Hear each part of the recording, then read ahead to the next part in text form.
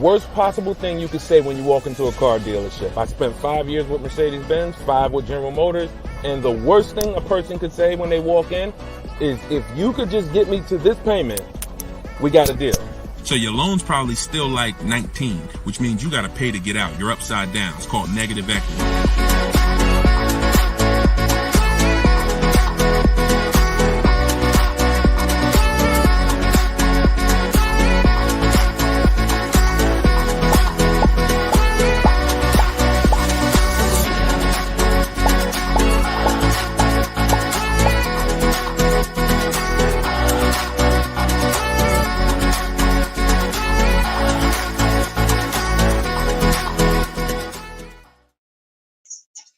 Welcome. Let me mute this because I got the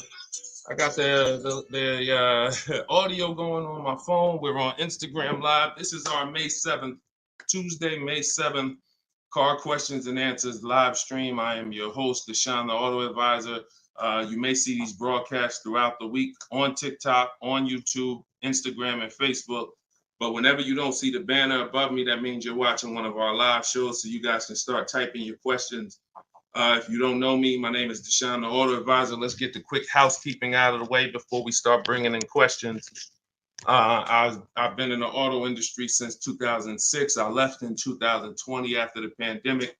Since then, we've been focused on car shopping education, teaching you how to get the low market prices on your leases, your new cars, and your used cars by bidding and looking at multiple offers, making dealers and banks bid for your business versus how you've traditionally shopped. So that is what we do. I'm also the author of the pretty much 5-star rated digital book. It's called Cars from Home, and we're currently rated 4.94, goodreads.com. Just want to get the housekeeping out the way for those of you who don't know me. For some of you who've been on the show before on the stream, welcome back. But for those of you who don't know me, this is my new digital book. It's called Cars from Home. You can get your copy for 75% off the normal price by going to my Instagram bio, the TikTok bio, or if you're on Facebook or Instagram, you can actually scan this QR code, Facebook or YouTube. You can scan the QR code, or you can go to deshonebook.com. We have a link in the comments for you. Lastly, I am the host of the masterclass, Everything You're Doing Wrong, Buying, Selling, and Leasing Cars. Some of you have asked, I share a lot of people who are using these strategies throughout the broadcast. Some of them are people who have my book. Some of them are people who attended my free masterclass, and some of them are in my car shopping school, Maps Academy. So either way, you guys can get anything you need from me in the bios or in the comment section. So let's get started, Dolan. You can bring in the first question. This is May 7th. So if you're just getting on, we are live on all 4 platforms, May 7th, 12 p.m. Eastern time. And you can share this with your friends. Tyler from TikTok, how are you? How does gap insurance work on a lease? Great question. Gap insurance covers the amount that you owe if, God forbid, the vehicle is totaled or stolen and they don't find it. So let's just say the car is only worth $40,000, but the actual cash value if the vehicle gets totaled is, $35,000. So if the insurance company is only going to pay out $35,000, the gap insurance would kick in and cover the remaining gap. So now most leases include gap insurance, but you never want to assume that the lease includes gap insurance. Whenever you are getting your offers from dealers, when you're getting your offers, you always want to make sure that you ask for them to include gap insurance. But yeah, that's the way it works. You want to make sure 99% of leases have gap, but you don't want to make that assumption. Always ask when you're getting your quotes that the gap insurance be included. All right, great question. Go ahead, Dolan. Next one. All right, keep sending your questions, y'all. I see you on Instagram. Those of you who are on Instagram, you click that thing that looks like a paper plane, and you can actually see that you can easily invite a couple of your closest friends to the broadcast just so they know about this information when they need it. Because 1 in 5 people are shopping for a car at any given time. So 5 people in a group, 1 of them is going to be shopping for a car, and we want to make sure you guys have the knowledge you need. Go ahead, Dolan. Guys, make sure you are typing your questions all in one question. Try to get it all in one question. What's up, Instagram? This one says new car parts are hard to replace. The dealership wants old cars back. Anybody who's in the business of buying cars wants cars. So it's not just the dealerships, it's the online buyers, CarMax, Driveway, Carvana. They want cars. Local people who buy and sell cars, they want cars.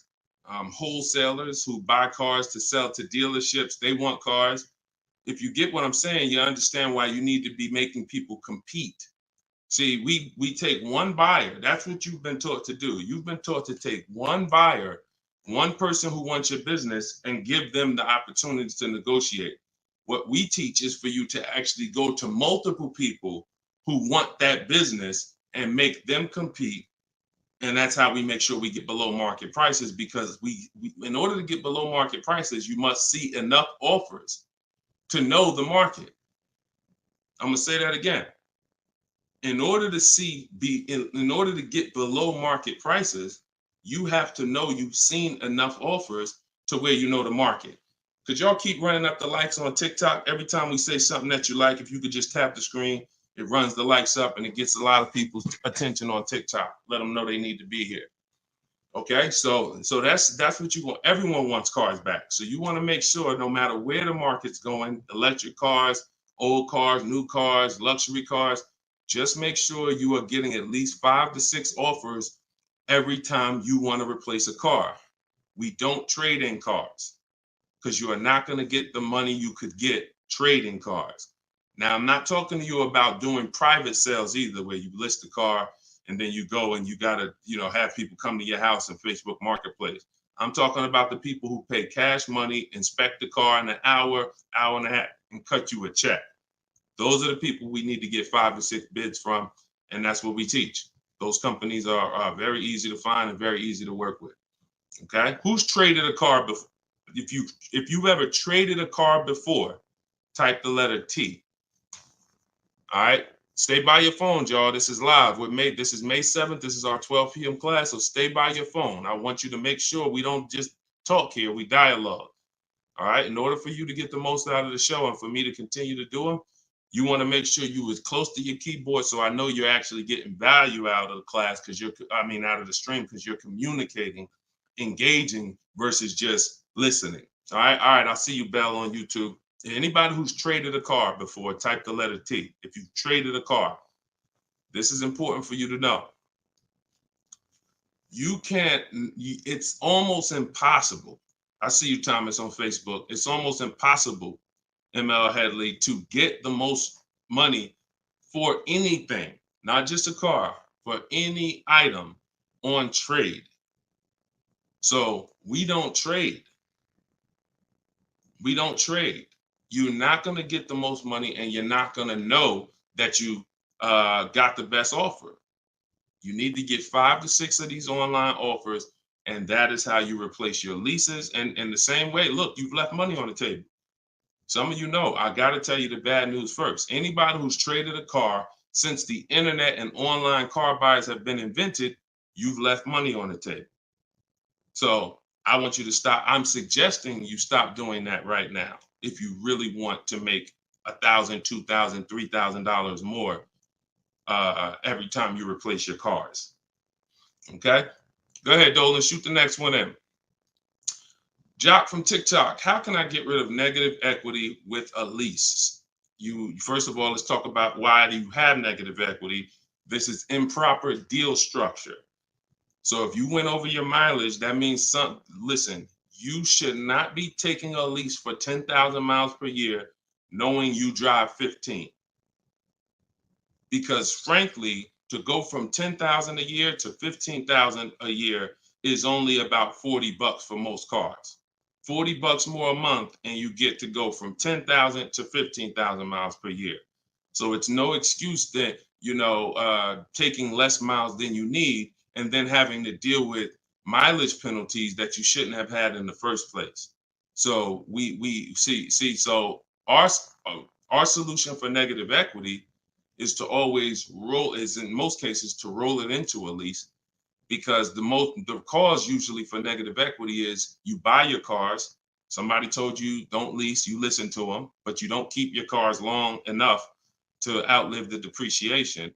So you buy your cars and you replace them, usually by trade, in a short period of time, 2, 3, 4, 5 years, 6 years, and that's too short of a period of time to replace a car because of the depreciation. But with a lease, you should not have negative equity.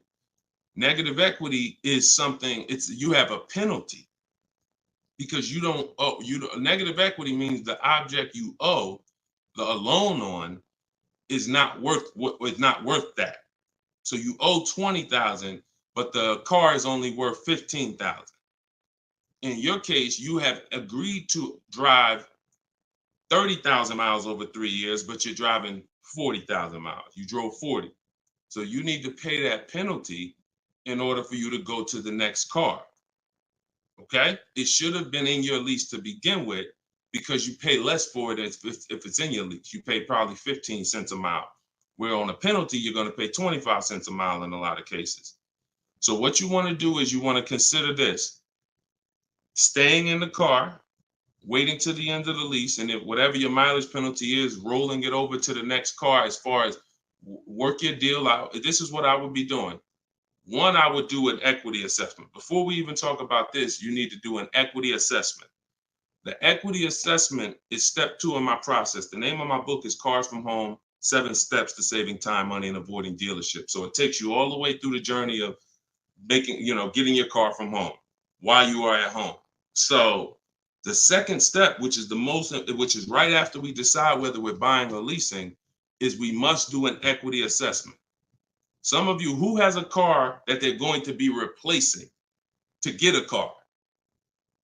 Type me. If you have a car, it could be a lease or it could be you own it, but you're going to be, next time you car shop, you're going to be replacing that car. Who's in that situation? Type me. Stay by your keyboards. Let's go. We're live. This is May 7th. Wake up, people. Wake up. School me. All right, me, I see you. All right. What's up? Y'all can we run the lights up on TikTok? Can we tap the screen? Can we tap the screen if y'all gonna spend time with us on TikTok? Tap the screen. All right. Okay. Let's go. Let's go. Come on, don't play TikTok. I'll close the broadcast. All right. Y'all not paying me nothing. Okay. So I'm asking you for a tap of the screen if you want to stay on with us. All right. We could definitely go TikTok. We could go Facebook, YouTube, Instagram if y'all acting funny today. We got no problem. All right. I appreciate it. I see y'all now. I see the lights running up. All right. So if you have a car you're going to be replacing, then everybody who just said me, then the first thing, once you decide whether you're buying or leasing, is you need to do an equity assessment. So you're going to call your bank.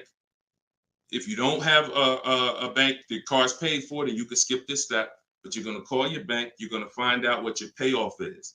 Once you find out what your payoff is, you're going to now, if you have a lease, you're going to ask them, do you have a third-party restriction? Now, once you make a note of those things, that's 4 different paths. See, I just talked to 4 different people. It's very important that y'all understand that I don't teach one size fits all car buying advice. So you got to listen closely to see, oh, is he talking to me? Oh, that's what group I fall in. So I just said, some of you are going to replace a car. You have no money you owe on it. You don't need to call your bank. Everyone else, lease or purchase or finance, you need to call the bank, and then you're going to ask for your payoff. Once you have a lease, you're going to do this next step. So some of you who don't have a lease, you don't have to do this step. Then you're going to ask, do I have a third-party restriction? And you're going to make a note of that. And you're going to put yourself into one of those 4 categories. Okay, this is broken down. This is step 2 in my book. So once you get that information, you're going to go online to CarMax, Driveway, Carvana, Kelly's Blue Book, Instant Cash Offer. Please do not come talking about what Blue Book says. Algorithms in this market mean nothing. The only thing that matters is cash offers. So you're going to go to these people to get your cash offers: CarMax, Driveway, Carvana, Kelly's Blue Book, Instant Cash Offer, Car Guru, Sell My Car, and Auto Nation, Sell My Car. That's 6 offers. And once you have those offers, you will know where your equity position is. You will know if you have equity in your vehicle. You will know if you have no equity in your vehicle. If you are leasing, then there is no such thing as negative equity. Because let's say your payoff is $20,000 and your highest offer is $18,000. You don't have negative equity, you don't owe that. That just means when you go to drop off your vehicle, you can't sell it and make money. That's what that means. Now, if you have a mileage penalty like this gentleman may have, that's different. But that's separate from the equity assessment process. You need to know, what is the asset that I'm driving? What is the asset, the car that I have in my possession, worth on the market? And what do I owe on it? And is there equity there?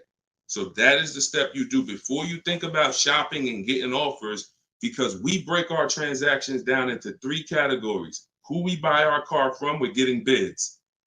Who we get our loan from, we're getting bids. And who we sell our car to, we're getting bids. So this is very important in our process of how we get below market deals from home. Okay, so do that step, Jock, and that's what and you go from there. Everything I'm talking about is in my new digital book, Cars from Home: 7 Steps to Saving Time, Money, and Avoiding Dealers. Shoot the next question in, Dolan. Everyone who wants your copy, you can get it for 30 minutes at 75% off. It's normally $97. So everyone who's gotten this book, and we've gotten close to probably 6,000 people at this point, the book is $97. But when you go to my bio now, or my Instagram or TikTok bio, you can get your copy for 75% off, which would be $24, but it's only for 30 minutes. If you're on Facebook or YouTube, just check the comments and go to deshonsbook.com. You got 30 minutes to get your 75% off. Okay, Tyler from TikTok, rolled over $14,500 from a trade into a 36-month lease. Payment only $54 a month. Is this a good strategy? Payments only $54 a month? What do you mean by that, Tyler? $54 a month. How could the payments be $54 a month? You need to know how much you're rolling over into the new deal, because let's say, for example, you have $14,000 of negative equity. Just that alone is $400 a month. Just the negative equity. So I'm trying to find out what you mean when you say rolled over 14.5 from a trip. Oh, wait a minute. I think I know what you're saying. You are essentially prepaying your whole lease. What he's saying is he's taken all of the car that he is trading, which I just told you how much I'm not a fan of that. But he's now essentially doing a one-pay lease, or you're doing a huge down payment.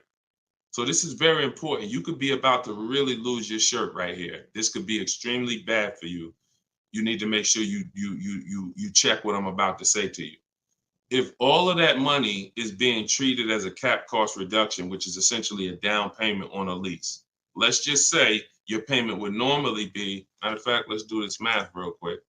And this is why having a consultant and having an advisor and getting education saves you thousands of dollars. Now, $14,500, you are talking about, if you put that into a payment form, your payment would be $400 a month higher, plus the interest on that, plus the taxes, plus the interest on that. So let's call it $430 plus this $54,000 this $54 a month. So let's say your payment would have been, without you trading, would have been like $485 a month. So if they're treating all of that as down payment, then here's what's happening. You're just prepaying the lease. So you have no protection. If that vehicle gets totaled, you are out $13,000. You won't be, anything you put into that vehicle, you're out. That money's gone if the vehicle's stolen or totaled. So what it makes more sense to do is to see if there's multiple security deposits that you could put. You need to get your offers, though, with no money out of pocket, because you can't look at one-pay leases and you can't look at multiple security deposits if you don't know what the original deal was without them. So if my payment is $500 a month, and then if I put multiple security deposits down, it lowers it to $450 a month, then that could be a good offer. If it lowers it $20 a month and I got to give them $6,000 to hold, then it doesn't make financial sense. That's not a good return on you holding $6,000. But I'm always comparing it. This is something we teach called advanced leasing strategies. This is not for everybody. So but you need to determine when you're doing a one-pay lease, all you're doing is giving them all of this money up front so they can lower the actual interest on the lease and see what the payment comes out to with the lower interest. So you have to get offers without down payments. This is why I'm saying when we shop, we never shop with down payments, whether we're buying cars or leasing them. We never shop with down payments because when you're putting all this money in, you can't assess the deal because you don't know how much of this being a low payment is because I put all this money down. You need to know you have a deal before you consider what monthly payments is going to be. If I'm getting a lease and I shop my offers and my lease deal is under 1%, or my best offer is under 1%, no more than 1.5, somewhere in between there, I know I have a good deal, regardless of how much I'm going to put down. So, and when it comes to purchasing, I need to know people worry about the payment. Some of you are worried about the payment. You don't care about what you're buying the car for, and you're worried about the wrong thing because you're thinking about the loan you're getting. You're not thinking about the car you're buying. Before you think about, hey, what's a good payment on this car? No, the better question is, who's the dealer that's going to sell me that car for the lowest price? Deshone, I want to get this BMW 4 Series. What's a good payment on that? No, you're going to get a BMW 4 Series. Who's the dealer that's going to sell you that BMW 4 Series for the lowest price? If 20 dealers, if say 10 dealers have that car, $60,000 car, some dealers are going to sell it for 65, some are going to sell it for 60, some are going to sell it for 57. You need to get these offers before you worry about what the payment's going to be. And that's a whole different philosophy. This is what I teach.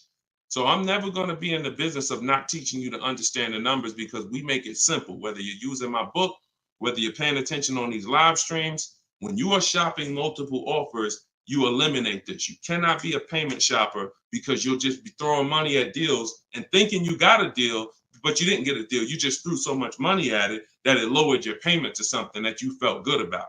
Doesn't mean you didn't overpay for the car. All right? Very, very important, y'all. This is $3,000 to $5,000 to $7,000 to $10,000 mistakes. These aren't $100 mistakes. Listen, look, people right now are so distracted. They are asleep. They are asleep. The only way people could continue to make money is people stay asleep. It's not so when I tell you the conversation, you are taught to, when you're buying a house, get help. Make sure you have a plan. Work with the best people. Get a home inspection, even if you're not going to buy the house, right?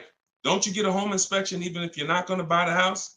Don't you risk $400, $600, $800, even if you're not going to buy the house? Why? Because you want to protect yourself from making a $20,000 to $50,000 mistake. But with cars, this is the only thing that you think, oh, I could just do this on my own. Knowing that every time you buy a car, you have a little buyer's remorse. You hope you hope you didn't overpay. You hope you didn't. So lock in. The only way you are going to win and be like these people that I show on the show all the time, like you see just a ton of people that's paying ridiculous prices, below market prices. And I got more to show y'all. Like my next show, I got like 3-4 million people that hit me with their deals they got in the last 2 weeks that I haven't even pulled in yet. Like you're not going to get these prices until you take car buying as serious as you take buying a small house. Once you start doing that, then you'll start saving 5 and 10 and 15 grand on some of these cars. Until then, you're gonna keep just moving the way they want you to move. Go ahead, Dolan.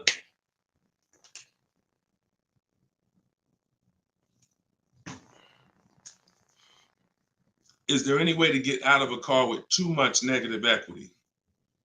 No.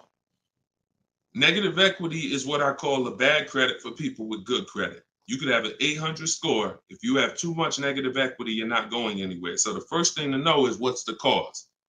See, we could sit here and we can cure the problem, but until we know the cause, you're just going to go and you're going to repeat the problem. The cause is you're not leasing, but you're not keeping your cars 8 years.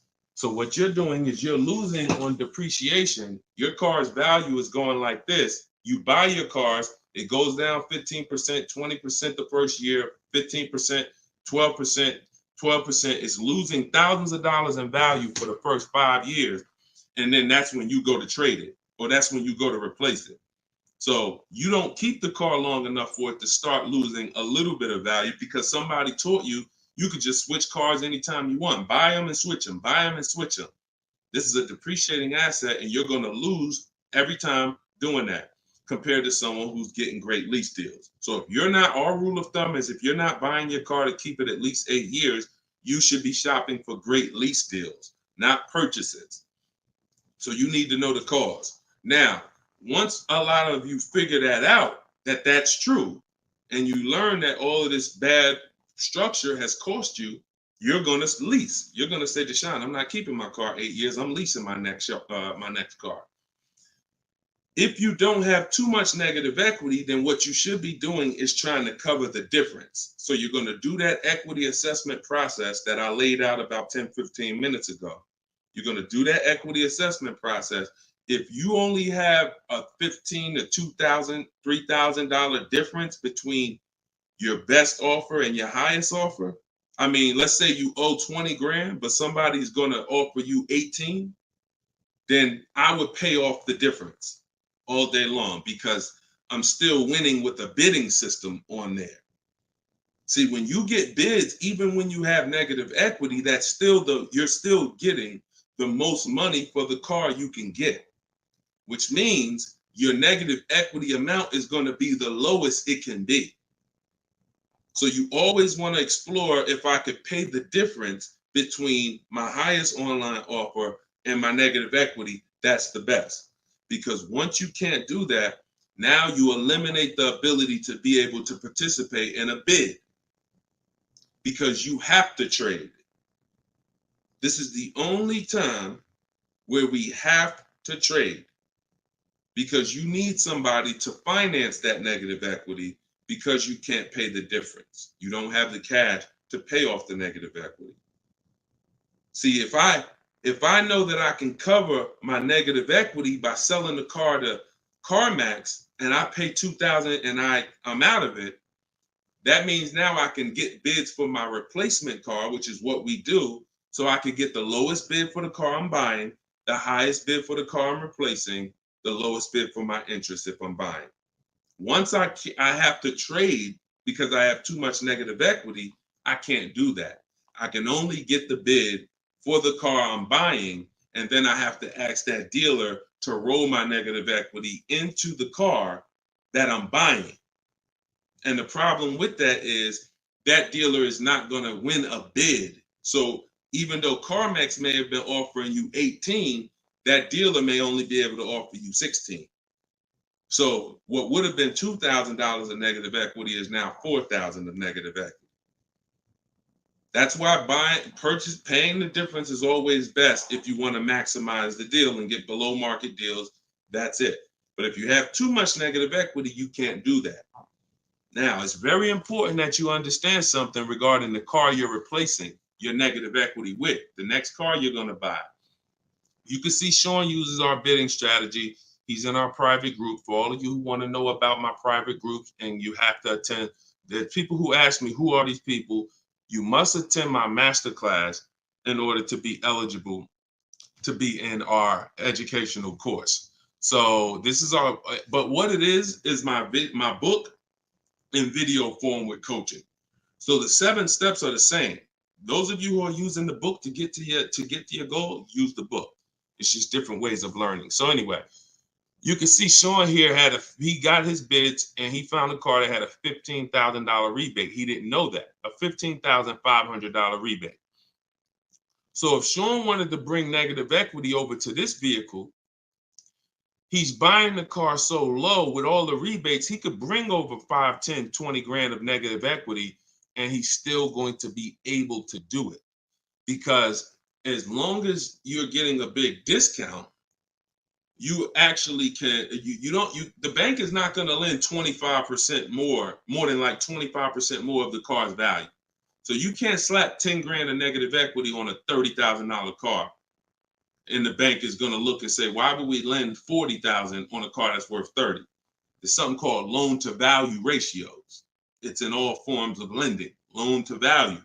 So you have a cap based on the price of the car. There's only 25% or so more that the bank is going to lend. So if you're trying to do no money down deals, having too much negative equity prevents those.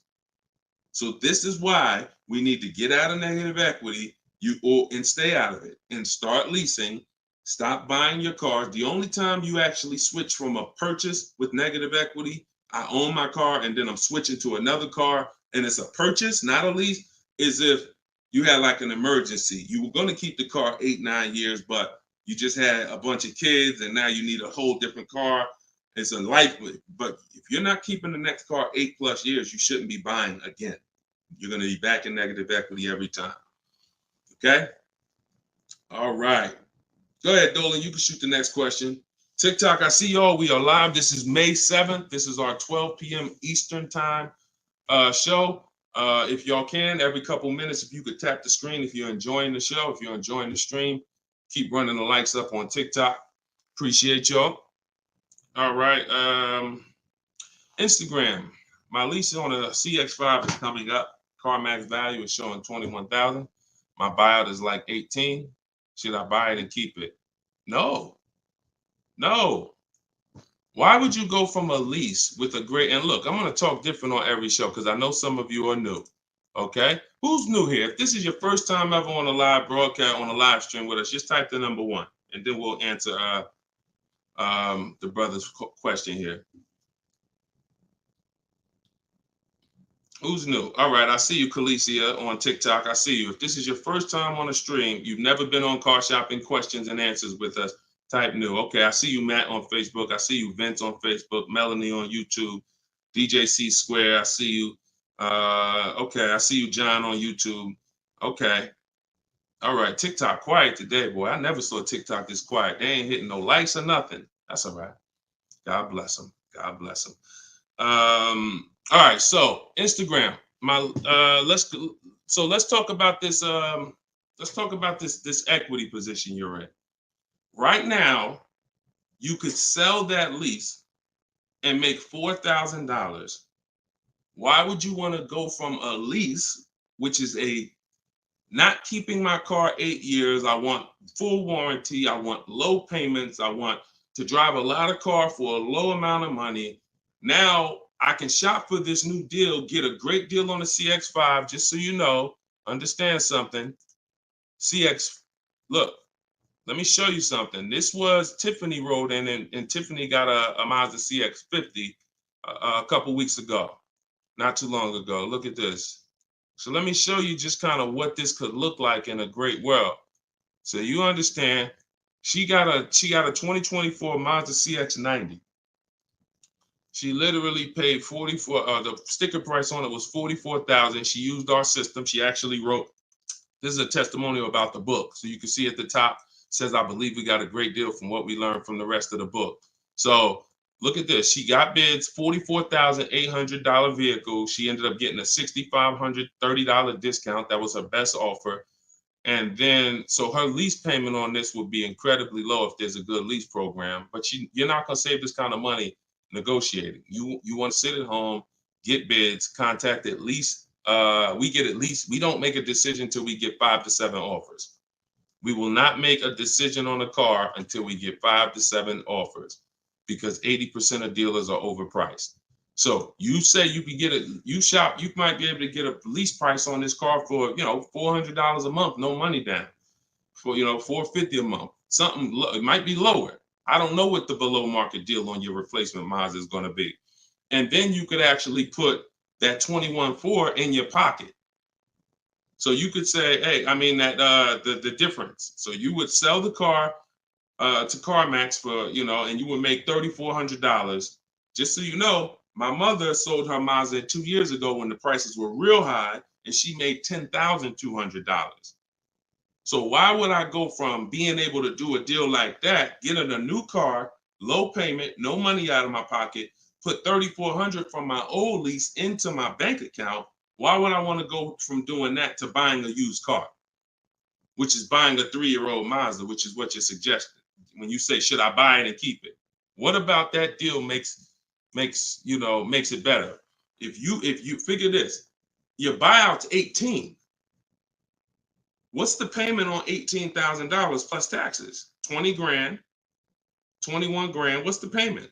400 a month for 5 years. So why would I go and buy a 3-year-old used Mazda for 400 a month when I could go and I could lease a brand new Mazda for 400 a month and then turn around and again, if you're not buying this car to keep another 8 years, it makes no sense to buy a used car right now. It makes zero financial sense. Not only that, you're gonna spend the same amount of money over the years that you could have drove brand new leases for. There's no benefit. There's no benefit. This is what it is. We've seen this thousands of times over the years, hundreds at least. You know, I know it's happening thousands of times. People are buying their leases every day. They're not realizing they're just buying a used car. That's all you're doing. So I go from leasing to buying a used car, which means something in me has to change. Those of you who are buying used cars, you should be buying them to keep 8, 9, 10, 12 years. Not 4 years, 5 years, 6 years. You're driving old cars for the same prices you could be driving brand new leases for. Same prices. So why would I drive a bunch of older cars, 5, 6, 7-year-old cars? By the time I pay it off, it's 10 years old, 11. Why would I do that if I could be driving brand new cars for the same prices? So it's important for you to understand. That's why this is the first step in my process is we got to know, should we buy or lease? And the only people who should be buying are 8+ year people. The goal is to keep the car 8 or more years. Then we're going to buy it. Yep. I'm here. I see you. You know, I always butcher your name, but let me just call you EP. EP, I see you. Go ahead, Dolan, shoot the next one up. We got a couple more minutes. We're on here for a couple more minutes. How do you negotiate a purchase online? Looking at a car 3 hours away and I'm not able to go in person. So what I would do if you've done all the research to make sure that car is a great below market price, if that's a below market price, then what I would do is I would call and verify that there's no fake fees that are not online. So when you see a car that has a $28,000 price, we're going to call and make sure that what the fees are should only be tax, title, documentation fee. Tax, motor vehicle fees, and documentation fee should be the only prices, only fees. And once I verify that, what I'm going to do is I'm going to go home. I'm going to get out there immediately, and I'm going to see the car. And if it's a great price where I'm saving $2,000-$3,000 above below the market value on those cars, then I'll go out there and I'll make sure that I post up in a motel for one day, because you never want to go out there and take the car immediately, because unless you're paying cash. If you are paying cash, that's different. But if you're getting a loan, we need at least one day to do our bank bidding process. Because you could go out there and say, all right, now this is the best price on a used car. Yeah, but now I'm going to pay 2 points, 3 points more in interest, letting the dealer get me the loan. So I'm essentially giving that $2,500 or $3,000 that I saved right back to the bank. I'm not giving it to the dealer, but whoever the bank is. So we always need one day to come home, let banks and credit unions bid so we could get the lowest interest rate. And then we call that dealer and we let them bid against it. But that depends on how you're going to pay. But that's the process. You get out there, you test drive the car. That's why all of our used car research is done from home. All of our used car research is done from home. By the time we get to the dealer, the only thing we're doing is going there to test drive the car and lock up the deal. The prices we've already verified is the lowest prices in the market. So once we verify there's no bogus fees, that's our process for wrapping up the deal. That's right, man. You know I'm always watching and unlearning and relearning, boss man. Appreciate you. I appreciate you, EP. Always a pleasure. All right, go ahead, Dolan. Yeah, some of you are looking for your used cars locally. There's no way you're getting the best prices. If some of you are looking for your used cars 25 miles, 50 miles, 100 miles, there's no way you are getting you're getting below market prices. That's just not enough inventory to look at for you to see, Oftentimes, it's literally a dealer that's an hour, 2 hours, 3 hours away who may not be in the city. They don't have the traffic that that person has, and oftentimes they'll have a below market deal because of their particular circumstance. So if you're just shopping 10, 25, 50 miles outside of your radius, that's just not enough of a radius to get the below market deals. My brother leases up, he's over miles. Equity assessment. That's it. I just went over that about 20 minutes ago. I can't go over it again because it's people who watch the stream and it's not fair to them, but we do have this stream on replay. If you go to YouTube or if you go to my Deshone the Auto Advisor Facebook page, and you can find the section that I did only on that. Okay, it's called the equity assessment. We had another person on here that's over miles. And, once you do that equity assessment, then you want to weigh that, compare that to what the mileage penalty is. Because some people, the mileage penalty is only going to be $750, $1,000, $1,500. You could have that rolled into your next lease offer. What you do is just negotiate your best lease offer and then say, hey, look, I need you to cut a check for, $1,500 to my old lease company. Now that's going to raise your payment. So if I got a below market deal, let's say, give you an example. Let me show you with a real life example. So, so Charles, let's say Charles, he gets his Hyundai Palisade, he gets it for $597 a month, but he has a mileage penalty of, $1,500 that he needs. This dealer who won his business, he needs them to pay that to his old lease. So they're going to cut a check for $1,500, but that payment, that $1,500 now goes into his new deal.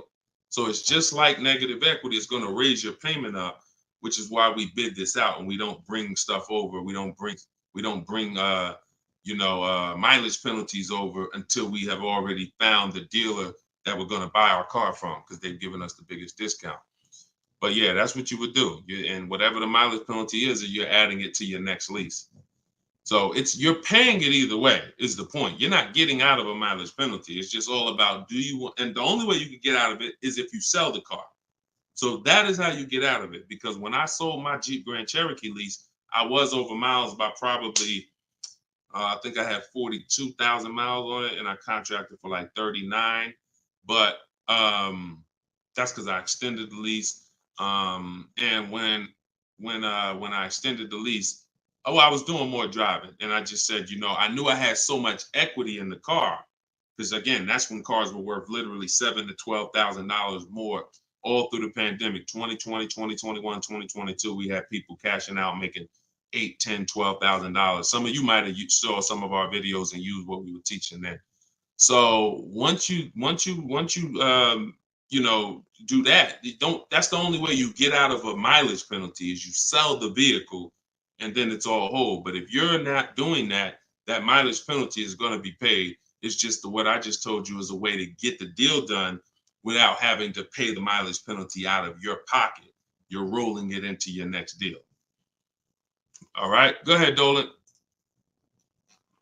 All right, y'all, this is our Tuesday 12 p.m. stream. We're on here for a few more minutes. Keep your questions coming. Try to get to as many as we can.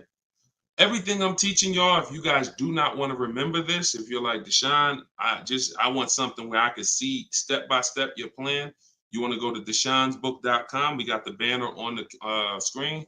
If you're watching us on TV, you can scan the QR code with your phone, and you can get my new book. It's a digital book called Cars from Home, 7 Steps to Saving Time, Money, and Avoiding Dealerships for 75% off. So you'll get it for $24.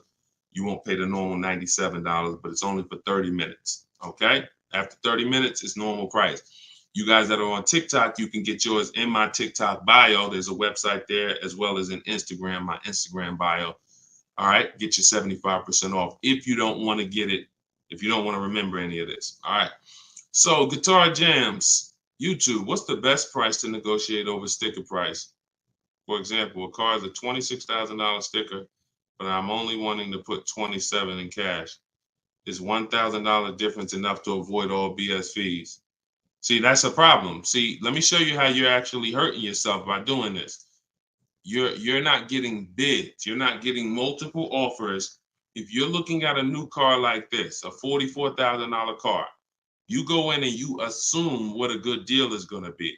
We never assume what a good deal is going to be. We have to reveal what a good deal is by getting multiple offers from home. So we sit at home.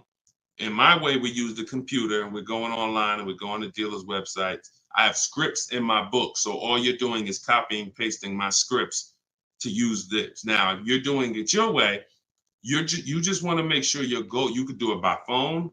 I don't care how you do it, but your goal is to get 5 offers. Because until you get 5 offers on these new cars and on these leases, you're not going to ever know what the best deal really is. Because 80% of dealers are overpriced. So when you look at something like this, if you said, okay, $44,820 car, like the one I got on the screen. If you went in there saying, well, I only want to pay $46,000 all in. Look at what she paid. She paid net $40,300. Look, this was her base price. She got $38,289. Her net price was $40,300. So if you would have went in here on this car saying, well, it's 44, look, I'll give you 46,000 all in. You would literally have overpaid more than Tiffany by $6,000. Let that sink in. You can't go in feeling for the bottom, brother. You will certainly get somebody will take a vacation on you. Their commission they're gonna make, well, that's probably an $8,000 profit deal to the dealer, $6,000 profit to $8,000 profit, and somebody's getting a $1,500 commission on you because you just went in. Oh, let me guess what I think a good price is going to be.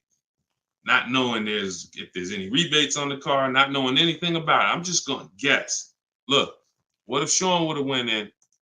Look, what if Sean would have went in talking about, this truck is $73,000. I'm gonna offer them $73,000, but they gotta include all the tax, all the fees. I'll give you the asking price, but you gotta include all the tax and fees in. Look, he ended up getting with bids $57,000. He would have overpaid by $20,000, $15,000. And I'm sorry to tell you that some of you are doing it every day. You've done it on all your cars. You've overpaid, not using these strategies. And I want you to stop.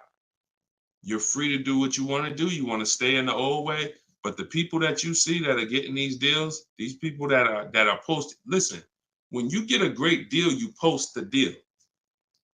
See, when you get a car, pay attention, yo. Pay attention to what I'm about to say. It's very important. When you actually have strategy to get great deals, you actually post the deal. This is our private group where we post our deals. Look, people are not just happy about the car. Look, Eddie, I ended up getting multiple offers, got a Toyota Camry hybrid. This was last year when these cars were literally on fire. Look, quote, getting quotes as high as 10 grand over sticker. Look, I got $2,086 under sticker. $10,000 over sticker was his highest quote for this Toyota Camry hybrid. There are people who paid that. There are people that paid 5 grand over sticker for the same car Eddie got. There are people who paid sticker. Thought they were getting the best deal. Man, I got mine for sticker. He got his $2,086. Some of you who might see this broadcast, you might have said, you might have the same car. Deshone, wow, man, I got that same car. I paid 4 grand over sticker to get mine. Yeah, Eddie at the same time, same year, paid $2,086. Sorry to tell you, but you overpaid about 4 or 5 grand. This is real. We're not sitting up here doing this talking about hundreds. There's nothing y'all hear me talk about in these streams that had hundreds of dollars. And frankly, unless you are rich, you can't afford to lose $2,000, $3,000, $4,000 every time you buy a car. You can't afford it. This is where you're losing. So what I would tell you, Guitar Jams, is do what I just said over the last 10 minutes. Get bids. If you want the system for doing it, that's in my book. If you want to do it your way, I don't care how you do it. Just get at least 5 to 7 offers so that you can see where the best offer truly is. 8 out of 10 dealers are overpriced, and you don't know how bad they're overpriced until you get all your offers. 10 grand overpriced, 5 grand overpriced. All right. Go ahead, Dolan. Shoot the next one in. Great question, though. Can you get a deal when you build your own car? Absolutely, Sherry, but you want to get those offers before you agree to buy something from anybody.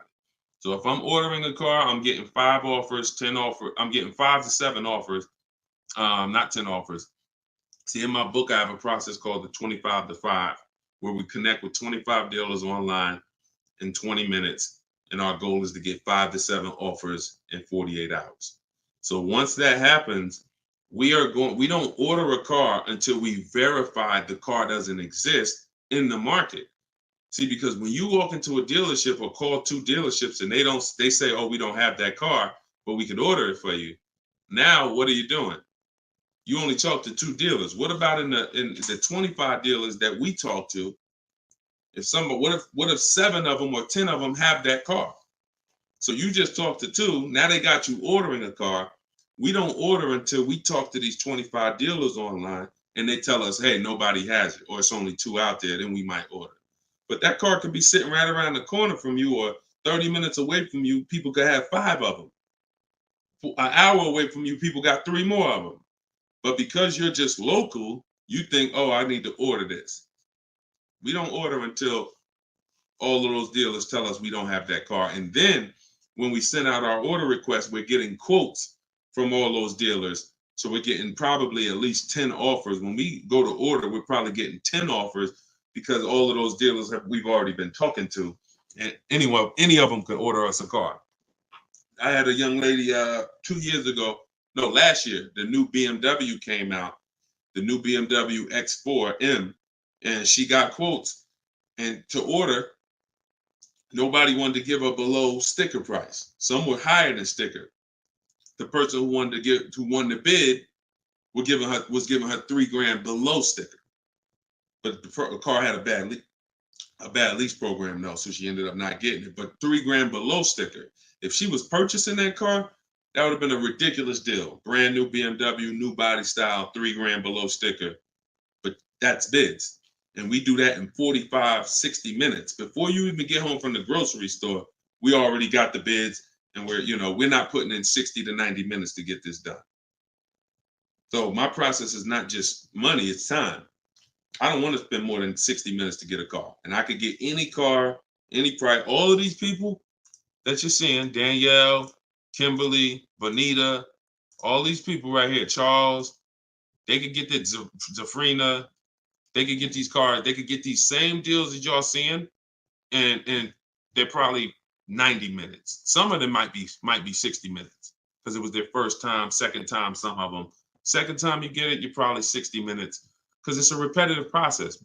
Getting a car, getting these bids is so repetitive, you'll see. This is what I should have been doing years ago. I don't know why. So easy. All right, go ahead, Dola. Shoot the next one in. What's up, Sus? Ralph Morales. K. Michelle, I see you. That's not the K. Michelle, I know. What's up, John? I see you. Steps if the lease has a third-party restriction. So if the lease has a third-party restriction, we're going to get bids from whatever dealerships make the car. So if there's a Nissan and I have equity, if I have $2,000 or $3,000 or $4,000 in equity, then what I'm going to do is I'm going to call and I'm going to get bids from the local dealers, because a third-party restriction means that it doesn't mean you can't sell the car. It means you could only sell to a local dealer who makes the car. So we still get bids. We get 3 to 5 offers from used car managers. And whoever makes us the best offer gets the car. And then they'll cut us the check for any equity that's in the car. But we always need to get the offers online, because that's going to tell us if we should even be pursuing. If we don't have any equity, or it's at a break even online, there's no reason for us we don't have any equity in the car. We're just going to return the lease. But the process of doing this is to prevent what a lot of people have done. You dropped off your car 2020, 2021, 2022 at a dealership. If you dropped your old lease off and you didn't do an equity assessment, chances are you gave up a lot of money. And some of you are like, well, Deshone, I did that. I gave them back my old car, but then they gave me a great deal on a new one. You have no idea how much equity they used out of that car or how much they kept. It was, like I said, my mother had $10,200 in equity. She could have literally, they could have gave her, if we would have went into a dealer, they might have gave her 4,000 of the equity and kept 4,000 if we were lucky. So, doing an equity assessment before the lease in process is to prevent giving away any equity when we drop off our lease. All right, go ahead, Dolan.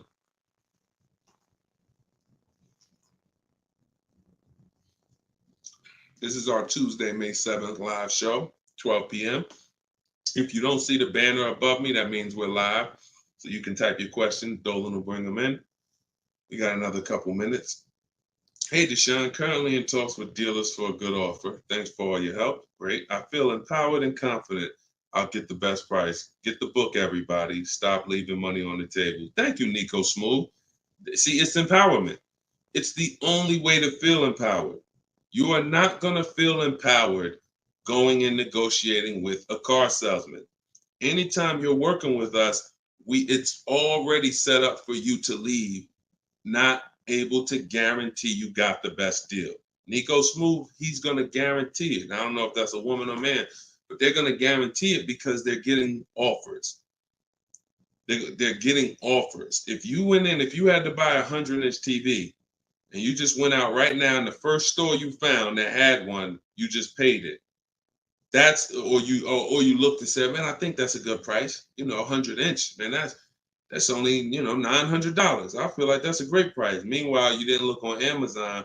Amazon had a better brand for, $200, $300 less. Or Amazon had the same brand, or Walmart had a better brand for $300 less, or Best Buy. These are the same principles. It's impossible for you to go into a car dealership and get a good deal and you don't know the market. The market you only know through getting offers. Once you get the offers, you see what the best market prices are and you pick the lowest one. That's how you get the below market offer. So I'm glad, Nico. Enjoy, and definitely send us your success story. Just like Tiffany did, email me your success story when you get that offer and you close that deal out. Way to go. Go ahead, Dolan. What's up, Todd Billions? Do you need to check dealers in other states? I live in Florida. Depends. We will go with, all right, so some people will do my strategy is called the 25 to 5. We're connecting with 25 dealers online. Some people, they do it through offers. If the state is not too big, maybe their 25 dealers is all, if the state is really big, maybe the 25 dealers are all in the state. But some people, they might only have 12 dealers in their state, and so they're going cross state lines, and that's very common. That's very common. If you look at Sean posted in our group, and he said he ended up expanding his search to 150 miles outside his area to find this deal. He said, I'm going to another state to pick this up, which is something I never would have thought of before, or would have before he attended the class. So he attended my master class. All of you who want to attend my free master class, it's called Everything You're Doing Wrong, Buying, Selling, and Leasing Cars. You can go to my TikTok bio, and you can go to my Instagram bio. We have a comment in the comment section for you guys who are on Facebook or YouTube. But this is, the local business is going to die. When you see and you shop online the first time properly, you're going to find out that the local business is going to be dead to you unless they win the bid. And you're not going to be committed to local anymore, because look, Sean is driving to another state because his best offer, it saves him $4,000. So no other dealer near him made him the other offer. This dealer that's in another state made him, and it's $4,000 better. So literally, if he has to drive 4 hours, 2 hours there, 2 hours back, he's literally making $1,000 an hour. This is the money we talk, big money talk. So yeah, go as far as you need to get 5 to 7 offers and get the below market deals tied. Go ahead, Dolan, shoot the next one up, brother. Great question.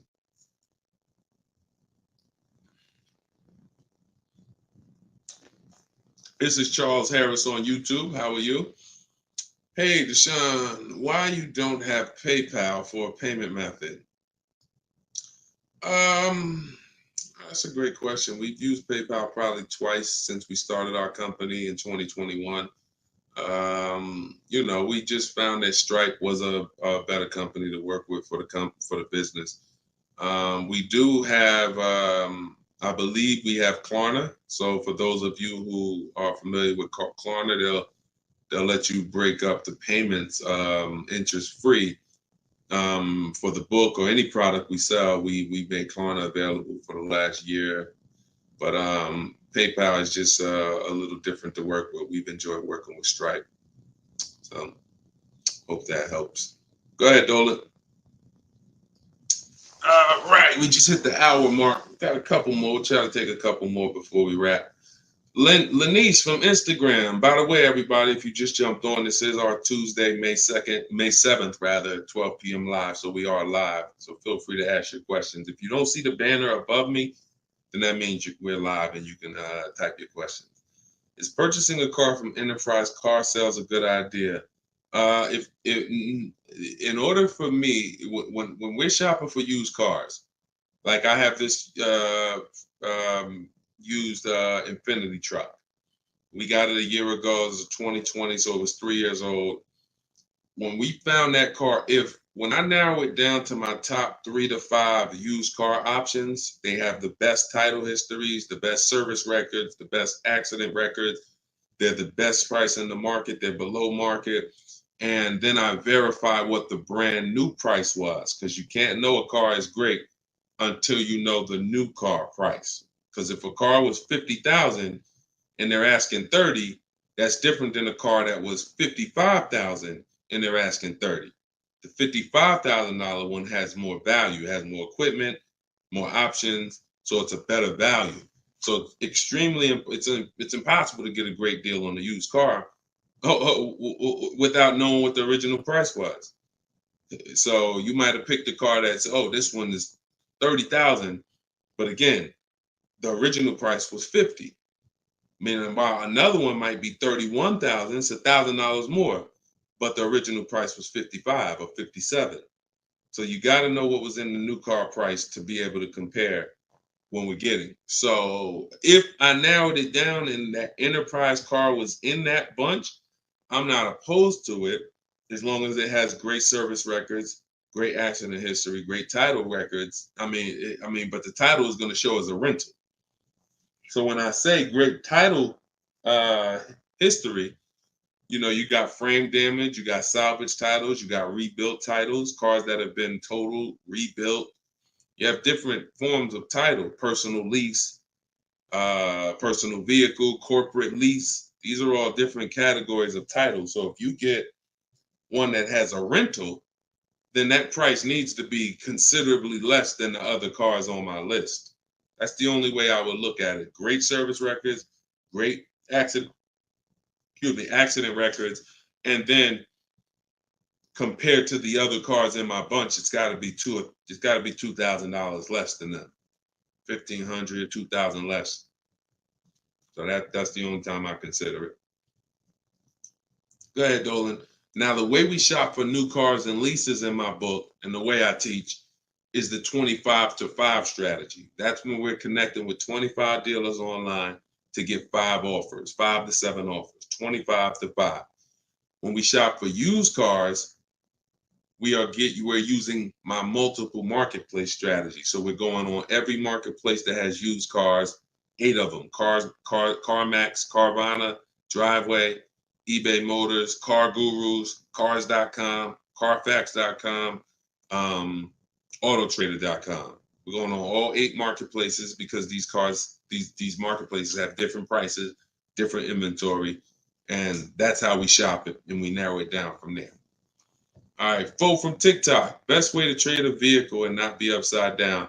We already had 2 questions about negative equity. So what you want to do, Fo, is either go to YouTube and go to Facebook. The replays are there once we end the show. Just find somebody who had that same question. Somebody asked about replacing a car that they had negative equity on. Upside down, negative equity, same thing. Just 2 different terms. Go ahead, Dolan. Everybody getting value out of the show. If you're getting value out of the stream, type $. Type a $. If you're getting value out of the stream, type a $. All right, everybody getting value? All right, I see you. Perfect. Good. Good. I see you, John. I see you, Tracy. All right, I see you, Sterling. Yep. I see you, Charlene. I see you, EP. Perfect. Glad everybody's getting value. Charlene said, thanks for the education. I just finished the first read of your book. Now I will start the process to buy a new car following the 7 steps. Congratulations, Charlene. Way to go. Now, some people choose to go the book step by step. So the last step that Charlene just said, step 7 is delivery. So you're not really getting, some people do this. And I can't, it depends on how you learn. The book is set up in a way where everything I teach is set up in a way when y'all hear 7 steps, it's set up where if we talked on the phone, I would be saying, do this first, call me back. Do this second, call me back. Do this third. And then by the time we get to step 7, we're setting up for delivery or the pickup of the car. So some people never read the whole book. They just do 1 step at a time and they never see step 7, me congratulating them for delivery until they are at that step. Some people read the book straight through and then come back and do the steps. So whichever way you decide is up to you. The quickest way to your car, the quickest way is to just do 1 step at a time and then not read forward until you get to that step. But everyone learns different, and everybody, that's just if you want the quickest way, you want to get a car in literally 48 hours, don't read the whole book. Read 1 action step at a time, cross it off the list, and get it done. And then you'll have your car in 48, 72 hours. Okay, go ahead, Dolan. TikTok, using your book, all of these lease prices I received are too high, over 1.5%. Next step. Well, as I mentioned, once you get 5 to 7 offers, that means that car has a bad lease program. Not the brand, the car. So that Jaguar has several cars. That particular one, and it could be that trim level, has a bad lease program, in which case I always say with leases, we want to have at least 2 to 3 options, because we cannot control the lease program. So whatever the dealer was, so if you see a 1.5% lease, 1.6, 1.7, 1.8, 1.9, then that 1.6, that dealer's beating everyone else. They're selling you the car less than everyone else. But if they're at 1.6, then that means their lease program is bad. That's why we always get 5 to 7 offers. If they're all over 1.5, that means the lease program is bad. And we do not lease cars with bad leasing programs. We go to our next choice, because you'll see, literally, it's day and night. A $60,000 car could have one lease price of $900, and then you have a $65,000 car like Frena got, $65,000 vehicle. She paying $579 a month. 2024 Jeep Grand Cherokee. Got it a little while back. So this is, lease programs make the difference. What we do is use bids to get the lowest price on the cars. We're gonna always get that. But once we can't control the lease program. So we always have 3 options. With purchasing, we don't need 3 options, because once we get our bids, we're gonna just find a dealer that's gonna be the lowest. Nothing else matters. We don't need to worry about a lease program. Go ahead, Dolan. German Tink from TikTok, I see you. If our credit is not good, I feel like we don't have room to negotiate. True? No, your credit, you do. You see, again, we're mixing the loan with the price of the car we're buying. That's where you're going to overpay. Because if you have a loan, you have bad credit, the only thing that should be affected is the interest you pay on the loan. That should be between you and the bank, the lender, not between you and the dealer.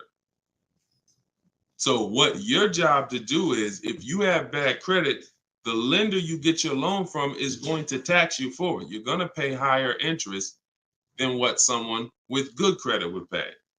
But what you should not be doing is overpaying for the car because you didn't get bids. So you can get bids for your car, and then you can use a company that gets deals done, that gets people loans, even with bad credit. And you know, I use Limbuzz. I recommend Limbuzz. I don't use them. I recommend them. So you could either, pay a high interest rate and get a great price on the car, or you could do what most people do: get a bad price on the car and pay a high interest rate because they're going and they're shopping desperately. So in my process, we would get with Limbuzz, get our pre-approval with Limbuzz, and then we would go and we would shop and get bids to make sure we're finding the lowest price on the car.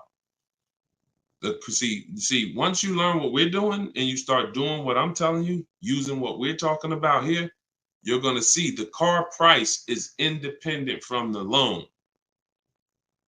You've been taught to focus on the loan, which is how much my monthly payment is going to be. Oh, am I going to not be able to negotiate? The car's price we're negotiating has nothing to do with the loan we're going to use to buy it.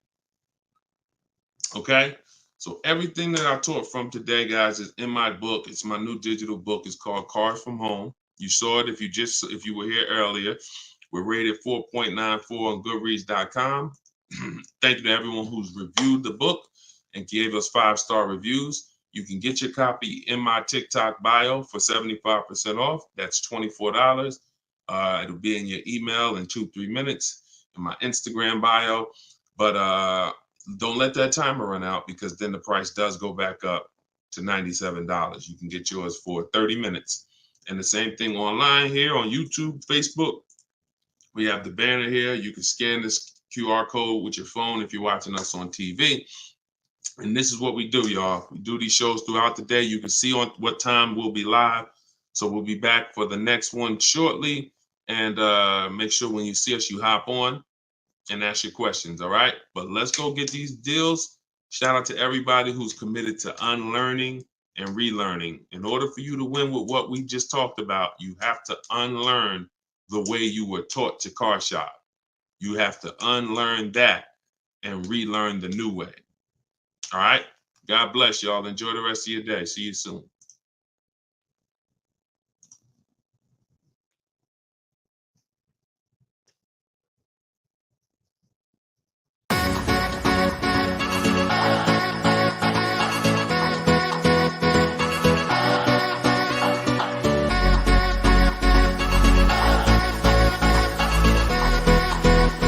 The worst possible thing you could say when you walk into a car dealership. I spent 5 years with Mercedes-Benz, 5 with General Motors, and the worst thing a person could say when they walk in is, if you could just get me to this payment, we got a deal.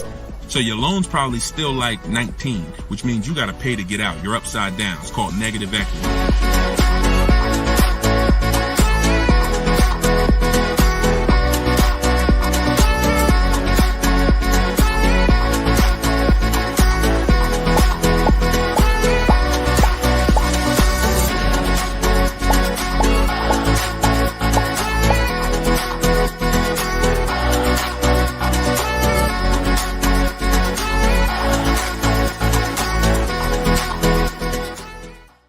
In the next 12 months, if you are car shopping now, or in the next 12 months, I want you to type a 1 in the chat as you come in. My name is Deshone the Auto Advisor.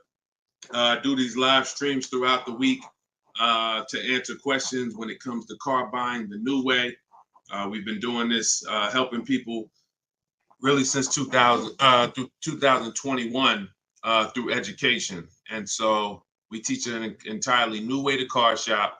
A way that has worked for thousands of people before you. And I do these live streams so that you can ask your car shopping questions, and we can try to get you the answers that you need to help you get below market prices, which is the only thing we settle for. So thank you to the people who are tapping the screen on TikTok, running up the likes. I appreciate it. We have Dolan moderating in the back, so you guys can start typing your questions. Everything I'll be talking about is out of my new digital book. It's called Cars from Home, 7 Steps to Saving Time, Money, and Avoiding Dealerships. Thank you to all who have reviewed the book on Goodreads, putting the review page up now. Thank you for helping us have pretty much a 5-star rating And everyone, as you're watching this, you can get your copy. If you like what you're hearing, if you like this new way that you're going to hear on these streams of how to car shop, you can get your copy of my digital book for 75% off in my TikTok bio, my Instagram bio, or we have a banner up for you guys. Or you can go to deshonsbook.com. So no matter where you're at, that's your special offer. All right. So Dolan, you can bring the first question in. I see you, Paper Chaser. Welcome to the broadcast. I see you, Benjamin, on TikTok. I see you. First time people. Welcome to all the first time people. If you your first time here, type of 1. Mario Soto, I see you on YouTube. Welcome. This is Chris on Facebook. Hey, Deshone, are dealerships willing to order a car for you if they don't have a car with the options you want? Everyone is usually willing to order a car because every dealer can order. But you want to make sure whenever you're getting an order quote, you're getting at least 5 offers. 80% of dealers are overpriced. So you want to make sure you're always getting on a brand new car 5 offers. And then you'll see how different they are. I had somebody who, I think we're on episode 17. This is episode 17 of Car Shopping Questions and Answers. So on last episode, I spoke about a young lady who ordered a BMW when it first came out last year, the new body style new body style X4. And through bids, she saw multiple offers. Most dealers were charging her $2,000 over sticker price. But once she got her 5 offers, at least 5, she probably got set 5 to 7. Her best offer was $3,000 below sticker. So I always say when you're shopping the right way, it should be a $3,000 to $5,000 to sometimes $7,000 difference between your best offer, which is the below market offer, and your highest offer, which is, the highest of all the other offers. So that's when you know you're shopping correctly. So make sure when you're ordering, you're following that model so you can make sure you're getting your best price. And you do this right from home. You could do it by phone, or you could do it my way, which is using the dealer's computer, the dealer's websites.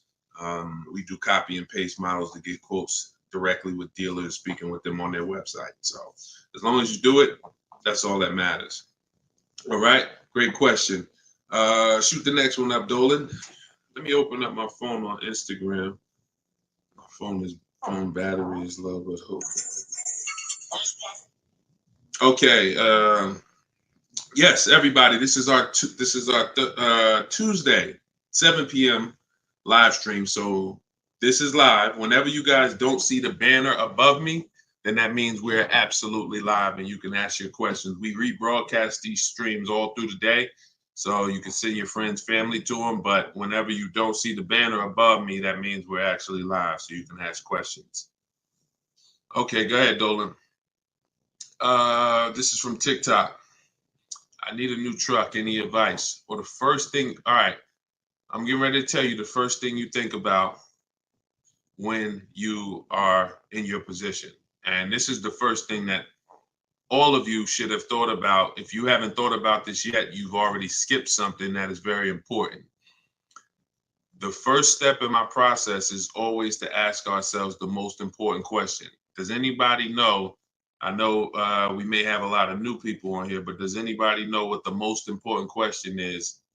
It's probably going to take you too long to type it. So I just want to see if anybody knows what the most important question is. I'll give you guys maybe 5 to 8 seconds to chime in some answers. Can I afford it? That's a good one, but no, that's not the most important question. That comes a little later in the process. Come on, Benjamin, Charlie. Am I keeping the car 8 years? My man, way to go right there. DM me, man. I'm gonna get you a free copy of my book because I like that. All right, that's the most important question.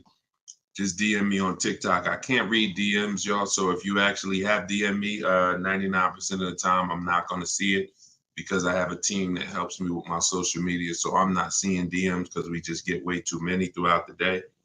But in your case, yes, send me that. Yes, but that's the most important question because here's the thing. The first thing you want to think about is how long you're going to keep it because you're about to buy something that's going to go down in value. You're not going to get the most value out of it until after 7 years. that's when you're going to get the most value. Everything before that, who knows, when I break these things out, I'm showing you the depreciation curve. And this is how your vehicle is losing value. So if you buy a new vehicle, it's losing value like this. If you buy a used vehicle, it may be losing value like this, but it's going down thousands of dollars every year. So until you keep the car long enough, some of you are just not keeping your cars long enough to win, because you're turning around and replacing your cars while it's still like this. You're still losing $2,000, $3,000, $5,000, $7,000 a year, depending on the price of the car, in depreciation. Now, when you keep your car long term, you're going to beat depreciation, because eventually your car starts to, like, who has a car outside right now that's at least 8 years old? Who has a car outside right now that's at least 8 years old? Type how many years old the car is. I just want to demonstrate something, because if you skip over this, you're not going to be able to get a good deal. You can forget it. I'm telling you right now, I call this the most important question. If you get this wrong, forget about getting a good deal. It's impossible. And I'm going to explain why. This is not, if some of you are new here, I don't need to hype anything up. I love math. So I make math simple. You might not love math. I love math. And I know that when it comes to cars and buying versus leasing, it's a numbers thing. It's a math thing. And I'm telling you that if you're not going to keep your car long enough for the depreciation to level out, like you can see Chris here on Facebook, he has a car 10 years. Carlos, 10 years. Tyranny on YouTube, 10 years. Okay. Yep, I see you. Kura Cindy on Instagram, 14 years. Jeff Walkus, YouTube, 15 years. Now pay very close attention to this. You'll notice that the way the amount your car is worth today, it's going to be worth almost the same thing next year. It's going to be worth almost the same thing next year. If your car right now is worth, if it's 9 years old and it's worth $8,000, a year from now it's probably going to be worth $7,600. That's when you have beat depreciation. Tap the screen on TikTok if that makes sense. See, if your car is only losing, some of you see these answers, until you are actually keeping your car long enough. It's not about when you pay off the car. A lot of people think that that's the car's paid off. It doesn't matter. The value of the car is going down. This is why I call this the unseen expense. Depreciation is the unseen expense. And so how do we beat it? You can't replace the car in 2 years, 3 years, 4 years, 5 years, 6 years, 7 years. Can't replace it. You have to replace it either after that, or if you're not going to keep it that long, you should be shopping for a lease. And I'm going to show you the numbers before we move on from this. I'm going to make this point very clear. Now, this is step 1 in my book. This is why if you don't get this step, you cannot get a great deal on a car. So Instagram, I just want to let y'all know that if you're enjoying what we're doing, there's a button that looks like a paper airplane at the bottom of the screen. If you could hit that and just quickly in 10 seconds, tap 3 friends or 1 friend, anyone, I don't care. Just invite people over, because I know they'll appreciate it. Because a lot of you guys have friends right now that are outside in dealerships getting overcharged as we speak.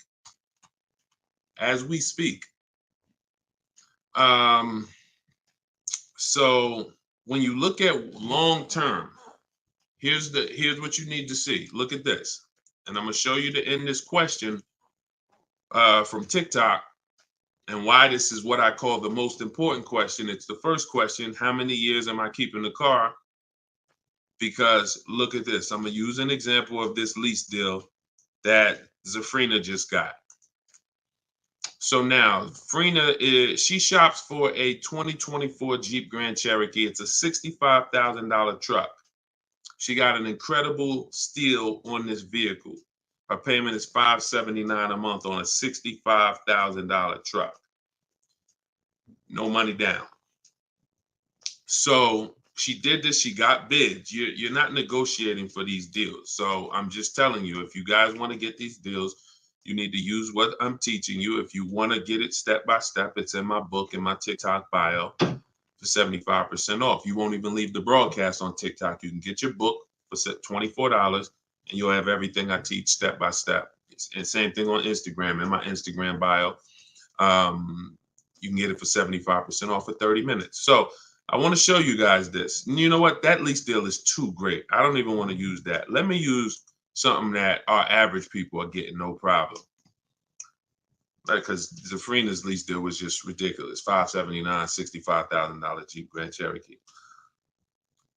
From home, by the way. 60 minutes. Maybe she put in 90 minutes. It was her first time using this stuff. 90 minutes. So Danielle got $550 a month.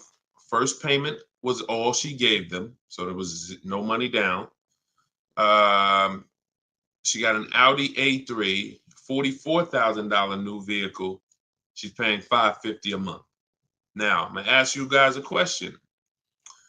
Danielle gets this sitting at home. And look, she said, due to circumstances, because some people like Deshone, she might have had time, a lot of time to do this. You know, I need a car in like 30 days.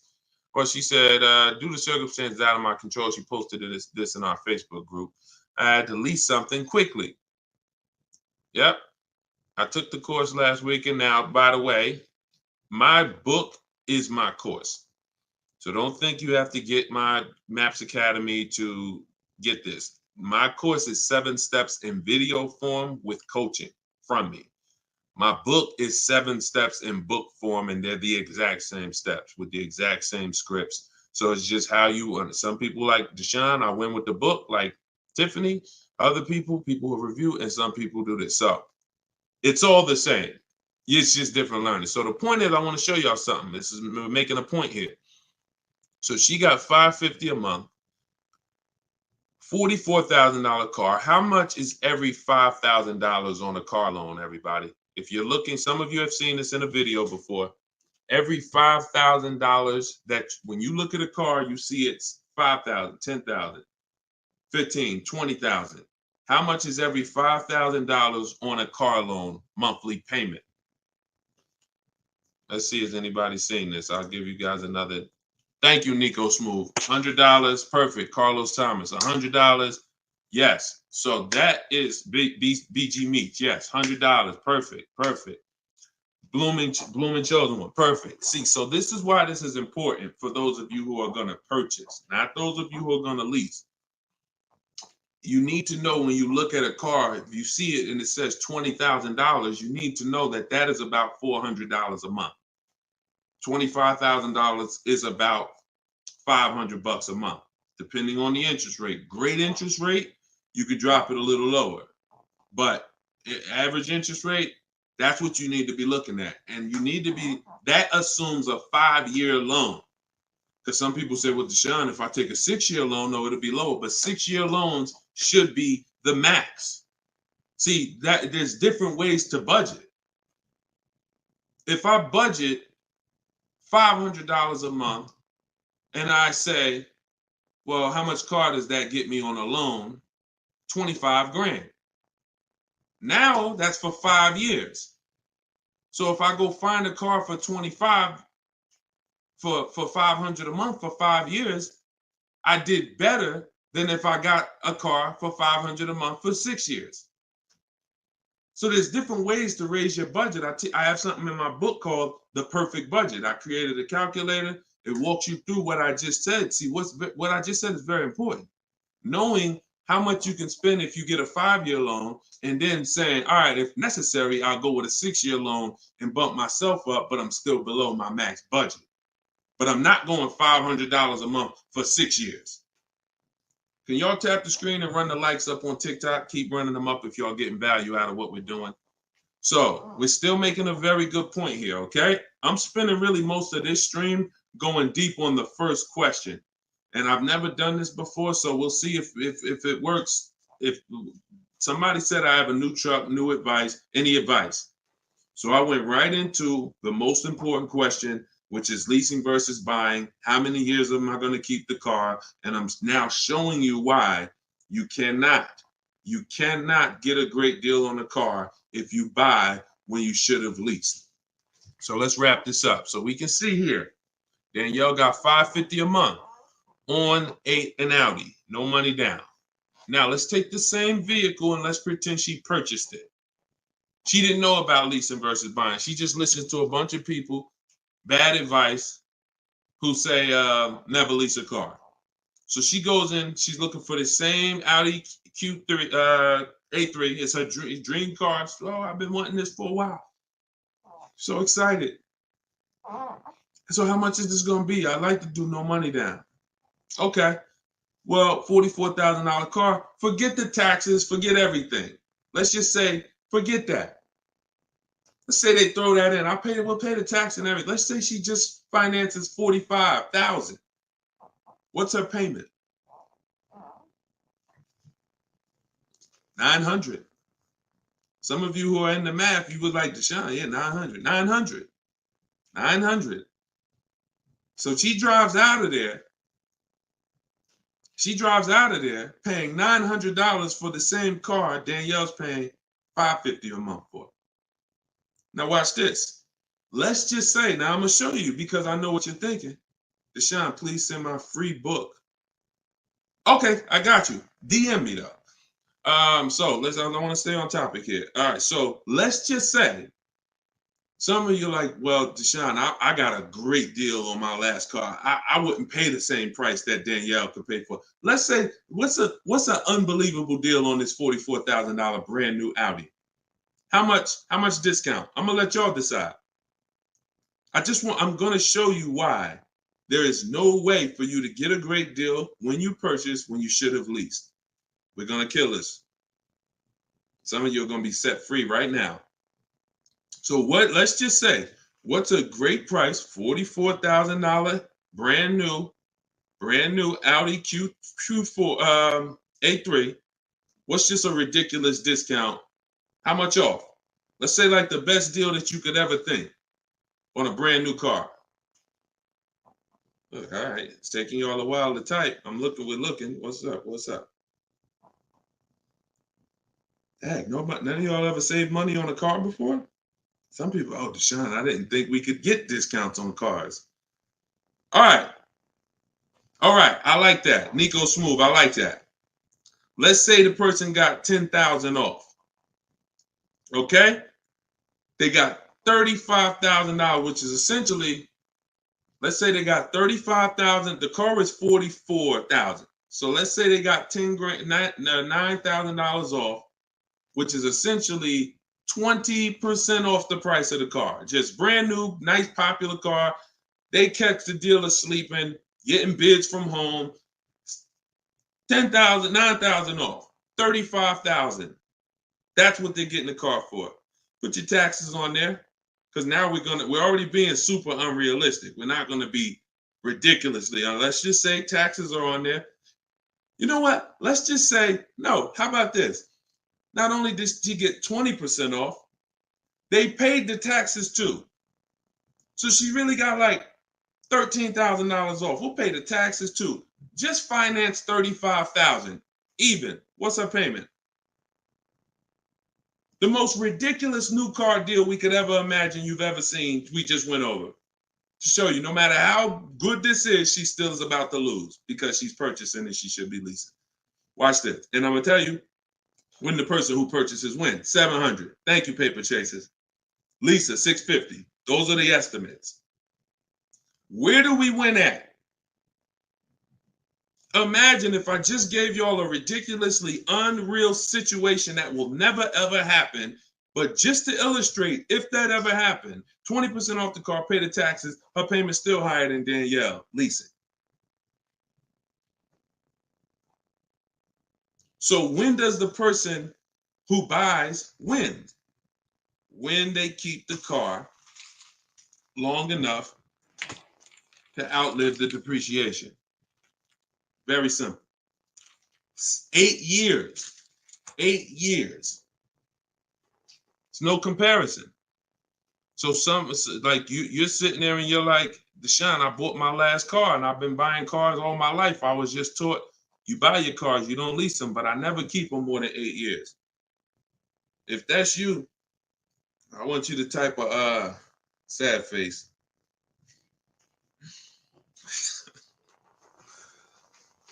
You've lost a lot of money. So what would you rather? Would you rather never hear about this, really go all your life listening to bad advice? And we might wrap this because we still got time. Before we even go back into more questions, we actually may go a little, because some of you are like, Deshone, well, what if you buy a new car, a used car? Because you just compared that to a new car. All right. So let's just go back one more time. Let's pull up Danielle because we're on that scenario. So we already said Danielle drove out with a $550 a month lease, paid her first month's payment.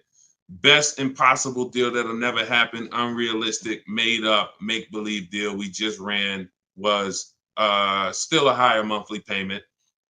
So imagine with somebody who just goes in regular negotiations, maybe gets $2,000 off the list price. They're leaving paying it's people right now paying $800 a month for this car, $700 a month, easy, no money down. If they didn't put money down, some people tell you, oh, well, I'm paying I got an Audi and I'm paying only $6,000 for it. They never tell you that they put 10 grand down. They never tell you that they put 10 grand down. They forget about that because the day they give the dealer 10 grand, they want to forget about it. So they're definitely not going to bring it up in the story. No money down deals. This is what you're doing most times when you're leasing. So let's go back. Let's say somebody decides they're going to get a good price on a used one. Let's just throw this scenario in here real quick to end this. Instead of a $44,000 brand new one, they find one for like 28. Great used car price, 44,000 new. I got one for 28, maybe 4 years old, low miles, 36,000. Great deal, below market deal. Get it for 28. 28. Throw my taxes and fees on there. I'm at 32, 31. What's my payment? 31, 600. Look what I'm buying too, because some of you that's what you think about with a used car. But I like the monthly payments. But Danielle's driving a brand new 44,000, never been titled. She's the first person to sit in this new car smell, like real new car smell. Latest and greatest options and features, full warranty. If anything breaks on the car, she's covered for 4 years. She won't lease it. She won't have the lease for more than 3 years. She's paying $550 a month.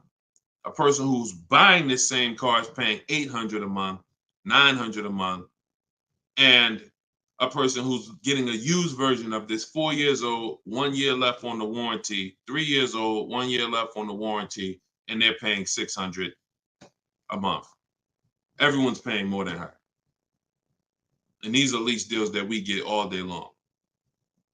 Everyone's paying more than her. We can put every scenario. Only person that's not paying more than her is somebody who just drives like a 10-year-old Audi, 12-year-old Audi. They go pay cash for it, buy it from Facebook Marketplace or something like that, or people who go to the auctions and get, like a 12-year-old one. Those are the only people who could, flip cars and not lose. Everybody who's buying new cars, newer cars, is paying more than her. It's people paying $500 a month because they bought their Toyota Camry. They're paying $600. So you're paying $600. She's driving an Audi, $44,000 vehicle, no money down. You're paying $600. You're driving a Toyota Camry that you're not going to keep for more than another 2 years. Any car, replace it. Chevrolet, you could pay, Camry, Honda. You're not keeping these cars more than 8 years, and you're paying these ridiculous car payments, and you're the ones that, unfortunately, because you believe bad advice, you are not winning. You're losing. But would you rather me not tell you? God willing, you're like, man, I'm glad I'm young. I'm going to still buy more cars. Most of you are still going to buy more cars. It's good for you to find this out now rather than you never found out and you just passed it down to your family and your kids. And now They heard they don't lease. Now you got your 25-year-old. He never heard about leasing. He goes and he gets himself a $30,000 car because he got a good job. He said, all right, I could afford a $600 a month payment. He gets a $30,000 car. His payment is $600 if he put no money down, or maybe he put 10 grand down, whatever. Point is, he's paying between $400 and $600 a month for this car when he could be leasing a brand new version of that car for $350 a month. $350 a month, $600 a month. These payments are nowhere close. It's nowhere close. Depreciation is the unseen expense. So this is all step one. See what I'm saying? So when you're reading my book, you're going through leasing versions. I got a video on this, by the way. This is in my digital book. I'll link to certain videos to help you guys really understand certain concepts. But this is what we do. This is step one. Leasing versus buying is step one, because I know who was taught, be honest, never lease a car. Type me if you were taught never lease a car. You don't need a down payment, Lisa, and you don't need excellent credit. You need good credit.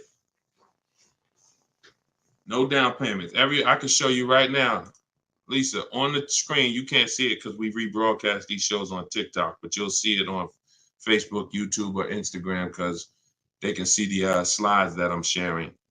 Like every deal that I'm gonna show, like Kimberly.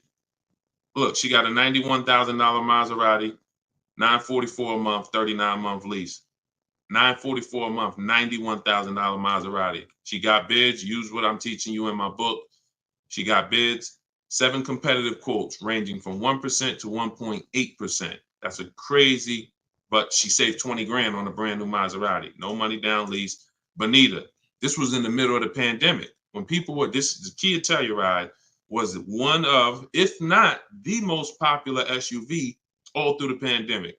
People were paying $800 a month, $900 a month, $1,000 a month for these Kia Tellurides. She leased one in December 2022, and she got it for $600 a month, and she gave them $600. That's all she gave them. So, ask questions. It's better to ask questions about things that you may not understand versus making statements. Because when you make statements, sometimes it can mean you're not in a full posture of learning. But I do get that you're dropping. Many of you are this is a game changer for you. This is a game changer. This is a money changer for you. I mean, my goodness, my brother who I met recently over the last year, he's a neighbor of mine, and he's become a close friend. And he had a Kia Telluride, black one, just like her. Totaled it. His wife was in an accident maybe about a month ago and totaled it. And he called me and he said he had saw the 8-year rule, and he said, I'm not keeping these cars 8 years. I'm going to lease this one. He leased a Kia Telluride, and his best offer on the same vehicle he owned was under $500 a month, no money down. It was like $479, $489. He was just paying. Remember, this was a $45,000 Kia Telluride he had. His payment on that car was probably $800-900 a month. So that's his wife totaling that car ended up being a blessing. Got him out of that car. He got the lease. He got the same car, brand new one, and he's paying $300 a month less because he has correct deal structure now. This is so important. That's why I call this the most important question in my book. And this is step one in my process, is you ask yourself the most important question. So I'm gonna put the banner back up for you guys on Facebook and YouTube. You can actually go to deshonsbook.com. Dolan pinned a comment in the Instagram section, in the Instagram comments. Also in the Facebook and YouTube comments, we've pinned Deshon's book. You can get your copy for 75% off. It's a digital book, so it goes to your email. Make sure you check your spam and your junk folder, but it goes there. You can get it in 3-4 minutes, and you won't pay the normal $97 if you get there before the 30-minute timer goes down. Once the time expires, the price is $97, which is the normal price, and it's worth more than that. It's worth thousands. I wouldn't price it at $97 if it wasn't worth thousands and thousands of dollars. So, but you can get it for 75% off that. You can get it for $24 if you get to my TikTok bio, my Instagram bio before the timer expires. But that's leasing versus buying. That's a quick comparison of leasing versus buying and how there's no way to get a great deal if you buy when you should have leased. No way. So some of you are going to be like, oh, well, I want to transition because I want to get out of my car that I'm financing and move to a lease. You should do that as soon as it makes financial sense. And that means sometimes you have too much negative equity. You can't move right now. So you may have to wait a year or 2 years before you can actually move over. I like that question M asked on YouTube just now. Do you value owning cars without payments? Can you throw that one up, M? Can you throw that one up, Dolan? Who was taught always pay cash for cars? Who was taught, type a $sign if you've heard or you were taught that you should always pay cash for cars. Now, I'm going to tell you, in a market like now, it's great to, all right, I see RJ Velez. Now, there's value in paying cash, and I'm going to tell you where it is, and you got to just, there's no one size fits all. See, the problem, what's been hurting you guys is because you've listened to one size fits all car buying advice. So usually whoever is giving you the advice, they're telling you to buy cars the way they buy cars. Tap the screen on TikTok if this is making sense to y'all. If y'all are following this, keep tapping the screen, running the lights up. Let me know that you're following what we're talking about. So here's what's important. If you're listening to someone who tells you pay cash for cars, buy used cars, that's because they do that. Now, if it makes sense for them, then that's great. But we need to look at paying cash. When does it make financial sense? When does it not? It's based on a couple things. First of all, what are you doing with your money? Because some people say, I don't like car payments. Type me if you don't like car payments. Who said, type that, Deshone, I want to pay cash because I don't like car payments. Can we type that? Can we dialogue on this? Car payments. Anybody? Okay. May not be that many of you right now. There are people who say this, but you don't realize that car payments, when you pay cash, all you're doing is saving up a lot of car payments. So that's all it is, unless you just win the lottery. If you get a lump sum inheritance, that's different. But if you have saved up $15,000, $20,000, $18,000, and you want to pay cash $25,000, then all you did was save up a lot of car payments, okay? Or save what could have been car payments. You can put them in a savings account and just have the car payment come out. So you can literally say, all right, I'm going to put this cash, $25,000 in a savings account, and that's where my car payment is going to come out of, so I don't spend that. If it makes more sense for me to pay cash, then I'll take the cash. And when it usually makes sense is when the rates are very high. If you can't get a rate that makes really, really, good financial sense, and I mean like we get bids for our rates. We make banks bid, we make credit unions bid, we get multiple offers in what I call the bank bidding war. You get this when you get my book too. This is actually a section I wrote. It's like, maybe it's 3 steps to it of how to get the bank bidding war. But once you get those bids, if you can't get a good rate, then it really doesn't make sense for you to pay cash. I mean, it doesn't make sense for you to borrow the money when you can pay cash for it. But there's an exception to this. What people are doing with their money is relative. So let's just say somebody is investing their money and they can get 10% on their money or 12%. Some of you are in real estate. Some of you are in good investments and businesses, investing into small, things that you can get 15, 20% returns on your money. It doesn't make financial sense. If you could get that type of return on your money, why would you want to put it into a car that's going to get you not just a low return? What's the return on a car, y'all? When you pay cash, you pay $25,000 into a car. What is the return on that? on the cash. What's the cash on cash return? Because I don't want to talk about this much because everyone's not paying cash. It's a small number of you who will, but I want you to be able to know when this is a financial conversation that if you're paying cash, you should understand this. If you got $20,000, $30,000, $40,000 saved up, you're thinking about paying cash for a car, this should be an easy conversation for you to follow. Okay. All right. Actually, everybody said the return is 0. I haven't seen anyone who's correct yet because it's not. The return would be 0 if you put the 25 in and then 5 years later you came back and got your 25 out. That's a 0 return. If you put 25 into an asset and then you come back in 5 years and you should give me my 25 and they say, well, it's 5 years later, this asset is now only worth 12. What's the return on that? What's up, Big Spoon? What's the return? Not 0. It's negative. It's negative. So you wouldn't take money out of investments that are getting you 10%, 12% or more to put into something where that cash is going to be a negative return on your cash.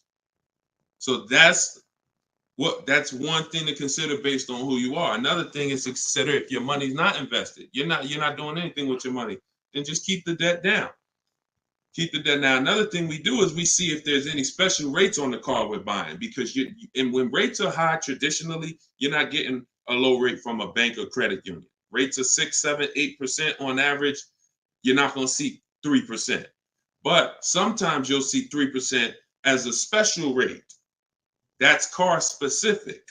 So if I'm shopping for a Mazda CX-5, I'm going to check to see, do they have any special rates this month on the car I'm shopping for? It might be 2.9, 1.9, 0% sometimes. And these are instances where it doesn't make financial sense to pay cash. If I can get this type of rate, use the bank's money for a very low percentage, and then turn around and use my money and keep my money invested or keep my cash. Maybe you just want to have your cash. Once it's in the car, you can't get it. So once you put your money cash in the car, you can't get that money back out until you sell the car. But if you can keep the money and get the car, now you have your cake and you eat it too. I still got my cash, but I'm leveraging the bank's money, paying them small amounts of interest to use it. So people see interest as the only loss. I don't want to pay interest. That's programming. That's not what would be talked about in a finance conversation. And if you want to get religious, because some of you say, "Oh, I don't want to pay interest because of religious reason," then it's a partnership. It's not a debt. It's a partnership. Anyway, let's not get all into that. Just paying cash is right sometimes for some situations. Paying cash is not right sometimes for other situations. The key is, which situation are you in? That's the key. Knowing how to ask yourself the right questions. Which situation am I in? I'm getting good returns. Stock market been returning me X% late. Hey, this many years, this has been my return. I think I'm going to keep my money invested and I'm going to use the bank's money. That's right for that person. All right. So that's a great question. I don't know how we went deep on that, but we're going deep in this stream. I normally do rapid fire Q&A. We're going deep on some subjects. And again, this is all in my book. Everything that I'm teaching is in my book. Every part of my strategy, it's a 7-step process. First step is most important question. Second step is deal structure. The equity assessment for those of you who are replacing a car or a lease, assessing the equity in the asset to see how much money we can pull out, if any, to either put in our bank account or use in our next transaction. Third step is deal structure. Fourth step is shopping, not buying. It's actually called shopping, not buying, where we enjoy shopping, we enjoy test driving, we enjoy the process. We're about to spend $30,000, $40,000, $50,000, $100,000. We actually enjoy shopping for the item. There's no pressure because we're never talking numbers in the dealership, ever.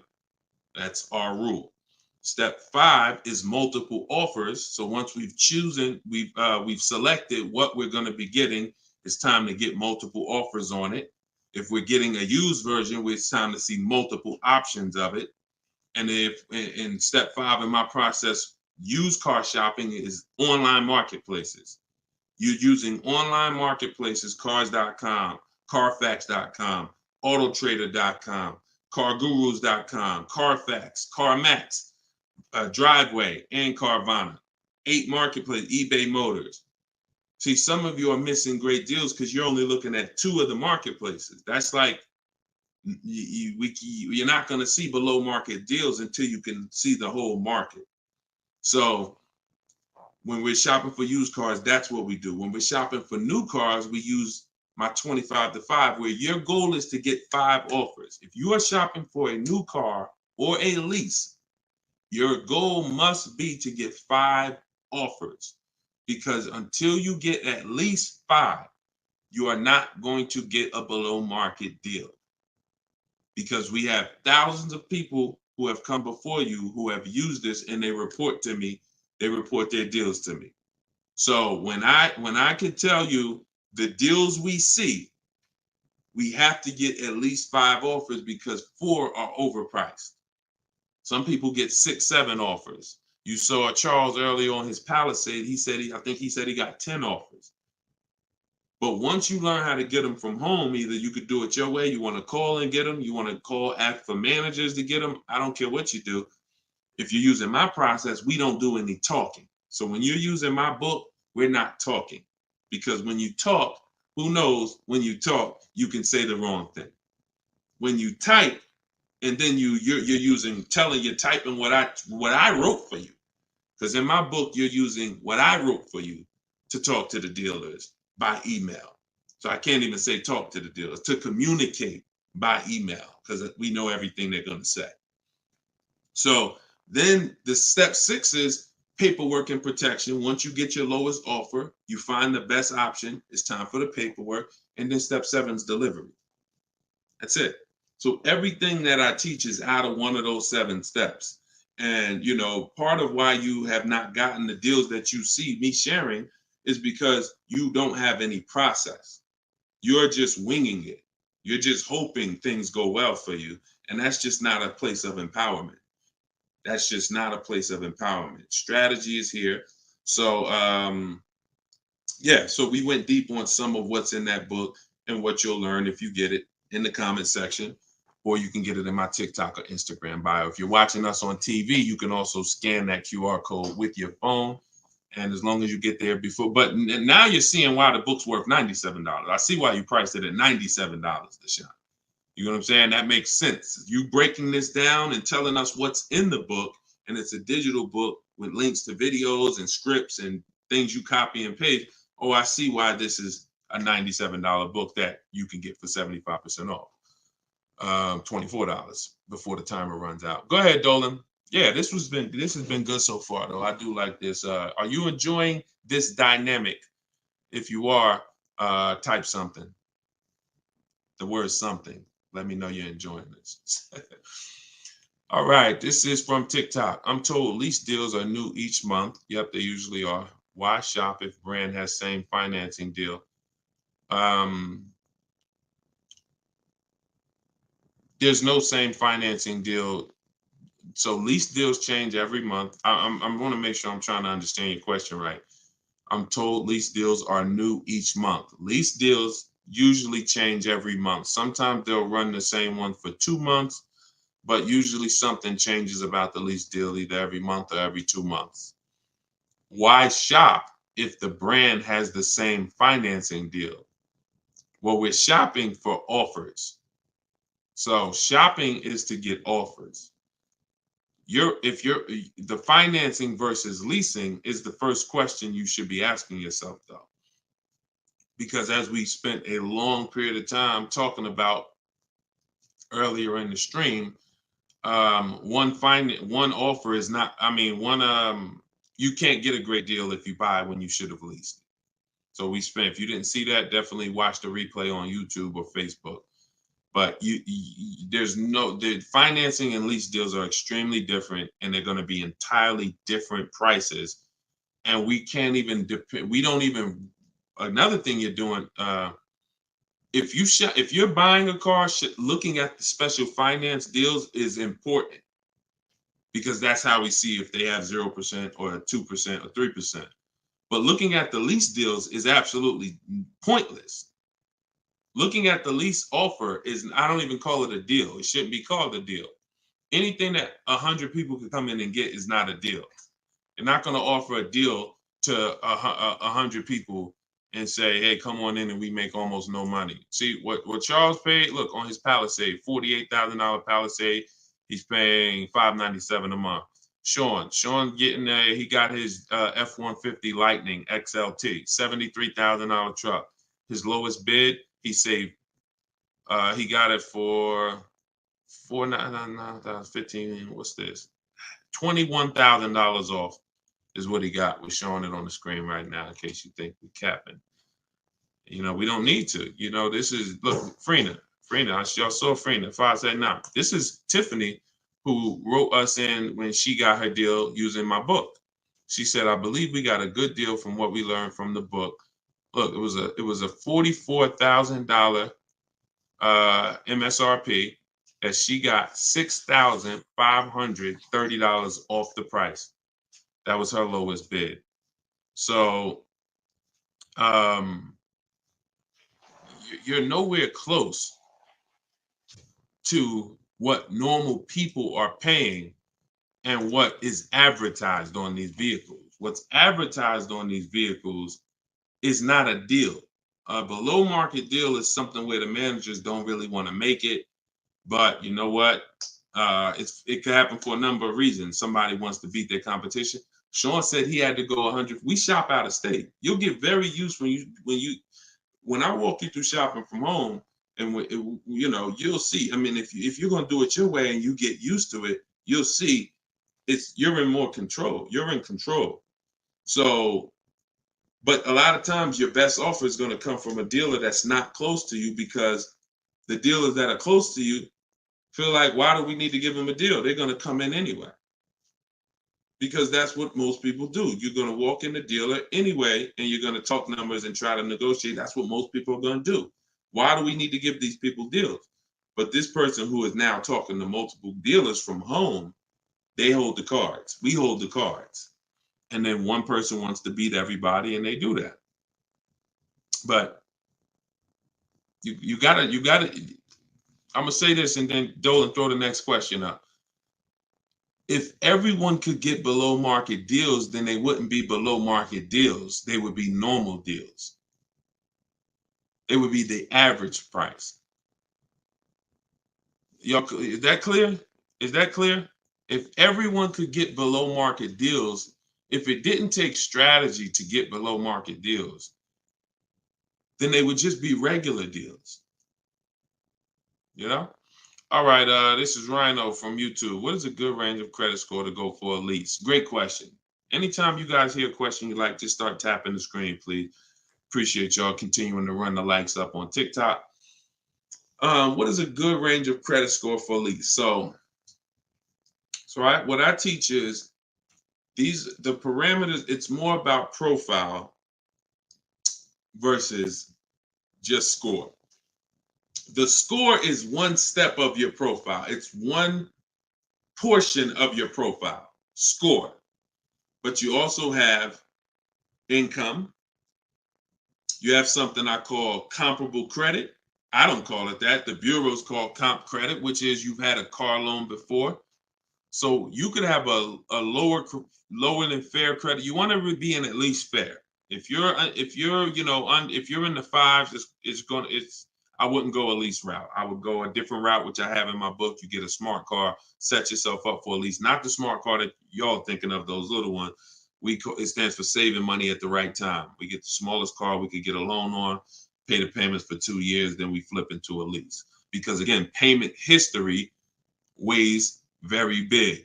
So, but if you're in the 620, 630, but you got on-time car payments for the last 3 years, 2 years, 5 years, you might have, high balances with your credit cards, but your car payment has been paid on time, but your credit score is low because you're using a lot of your available credit. So in that case, you got a great shot of getting a lease because you're replacing a car, you're replacing a payment, you're not adding a payment. But usually, 650, 660 and up. 660 and up is usually the best to stay out of that manipulation zone. But again, if you have a lower score than that, but you have good income, good, you've been at your address a long time, these are things that weigh in the profile. You've been on your job a long time, versus, hey, you might have a 700 score, but you only been on your job for 6 months. That could affect you. So it's not just score, it's profile. But most leases are easier to qualify for than you guys would believe. I got my first lease and I had a 6-something credit score. Now I did have to pay, I remember, like $25 more because of my credit score. I didn't get approved at the first tier. I went up like $25 or something like that. But I was still paying $256 a month for a brand new Pontiac G6. It's a $20,000 car. So I had friends that were paying $500 a month for Toyota Corollas, $20,000 cars. $23,000 brand new Toyota Corolla. They're paying $500. They're paying, and I'm paying $256. These things make a difference in households. Thank you for answering, brother. Just purchased your book too on your website. Enjoy it, brother. Now, I don't even say enjoy it. I use it. Use it. And there's 2 ways to use it. I don't recommend going through the book and then shopping. I recommend you don't, the book is written in a way where I ask you, it's like if you called me and said, hey, D, what's my first step? Here, do this, and then call me back. You wouldn't call me and be like, Deshone, give me all the steps. I wouldn't give you all the steps because you would forget them. I would tell you, all right, how many years we keep in the car? 4. Okay, we leasing. How many years we keep in the car? 10. All right, we purchasing. Then we're gonna move to the next question. We need to do our equity assessment. Go on these websites, call your bank, get your payoff, do these steps, call me back. Okay, boom, I did that. All right. So once you put those things in an order, you'll see that you threw me off, Dolan, throwing that question up. But yeah, Rhino should. Oh yeah. Anyway, what I was saying is use it. So you could go through the book. I would recommend you go through it, do 1 step, check it off before you move to the next step, so that by the time you get to step 7, I'm congratulating you, saying, let's get ready for delivery. Not, oh, I'm at step 7. I read the whole congratulations. Oh, that was so nice. That nice message you write to us when we get our cars at the end. That's nice, Deshone. You shouldn't be reading that until you got your car. You get what I'm saying? I'd rather you go through the book that way. It'll be a lot quicker, a lot more effective for you. All right, but use it. Use it. Great. All right, Dolan, throw that up for me now. Thank you, man. Appreciate you. Okay, Freon on YouTube said, what about refinancing when the rate drops? Absolutely. If I'm buying a car and I'm paying a high rate, what is considered a high rate, 7-8%, depending on the gun. Now, there are times where rates are high. That's the best offer you could get. But there are times where we know rates are 3%, 3%, 4%. There's time when the rates was 2 and change from the credit unions and things of that nature. So, relative to what they've been, these rates are high. So, yes, as long as you have a great car, the goal is always to get a great car. You could change the loan, like Freon said, by refinancing. So let's say I have horrible credit, 400 score, I need a car. I'm going to make sure the car I get is absolutely a great car. I mean, it must last. This is the thing you need to be looking for. I need to make sure I'm getting a car that's going to last, because I could always fix the loan. But if you fix the loan, refinance, but you got a bad car. You got a car with 100,000 miles on it, and now you're saying you're going to keep it 8 years. You're not keeping that car 8 years in a lot of cases. It has too many miles on it. So you should be shopping for a car saying, okay, I'm planning on keeping this 18 years. I want to get myself something with 60,000 miles. Now that might mean you can't get the big SUV. But if you get the big SUV and then the car breaks down in 4 years, it defeats the purpose anyway.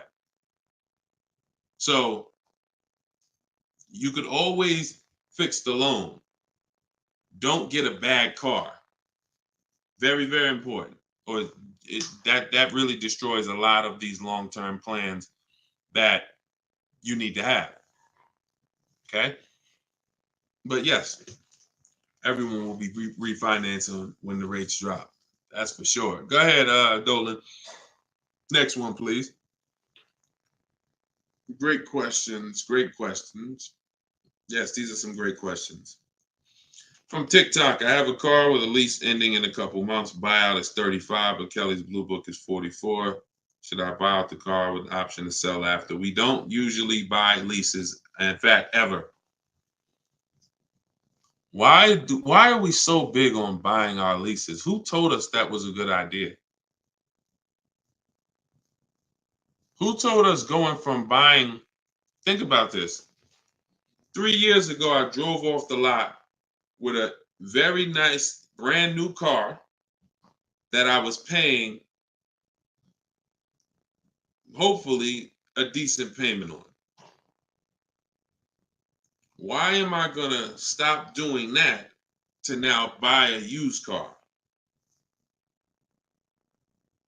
What's the benefit to us buying these leases out? Maybe I don't see it, because what I explain is it's a horrible idea.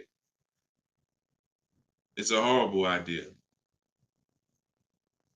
One exception, if you're keeping the lease 8 more years after you buy it, then it's fine, because it's just like you bought a used car. So you really kept the car how many years if you leased it for 3 years and you're keeping it another 8? See what I'm saying? 11 years. So you're going to win. It's still a bad idea, but you'll win somewhat if you keep the whole car 11 years, because I'm going to tell you why. Once you get the used car, you reset everything. You got that's a whole separate transaction. If you lease a car, your payment on that lease is going to be, let's just say your payment on the lease is $450 a month. What you're going to find in most cases, if you buy the lease out, to get a $450 a month payment, you got to take a 6-year loan. To get a $450 a month payment, you got to take a 6-year loan. So you already leased the car for 3 years, and now you're purchasing the balance for another 6. You leased the car for 3, you're purchasing it for another 6. That's 9 years. So why did I just say the only way to win when you buy your lease is to keep it at least 11 years? Because how many years of payments are most people going to have? 9. 9. 9. Can we let that sink in? A person who buys their lease, like most people are going to buy them with 6-year loans, you're paying for 9 years on the same car. 9. Even if you get a 5-year loan, 8 years on the same car. So it'd be a shame to go pay 8 years on the same car and then turn around and do that all over again. So you want to keep it long enough to at least, hey, I had 2 years of no payments though. I had that car 11 years. I only had 2 years of no payments on it. That's a pretty bad way to live. You're paying on 9 years old, 8 years old, you're still paying on the same car. 7 years old, still paying on the same car. This is why buying your lease is a horrible idea in most cases. From the start, you should either be leasing or you should be buying a used car. It's one or the other. and you're buying a used car that if you plan to keep it 8 or more years, you're leasing if you're not planning to keep the car 8 years. That's it. Not many cases where these make sense. Go ahead, Dolan. It's a great question though. And I'm hoping we can help a lot of people stop doing that. And eventually maybe 10 years from now, 15 years from now, people won't be asking these questions, but it's a very, very common question. Go ahead, Dolan. Shoot the next one up, bro. Nico Smooth on YouTube. What's up, my man? Deshone, if I wanted to counter offer lower than what the calculator generated, would that be realistic? Getting 1.4% would like to get around 1. If your lowest offer is 1.4, then that's the lease program. If your offers are 1.4, your offers should not be the same. That means you don't have enough offers. If all the offers are in one spot, 1.4, that means you're not getting enough. Once you get 5, 7, you'll see they should be at least $150 to $200 a month difference. That's how it should be. 400 to 600 a month. 600 to 800, 600 to 750. That's how it should be.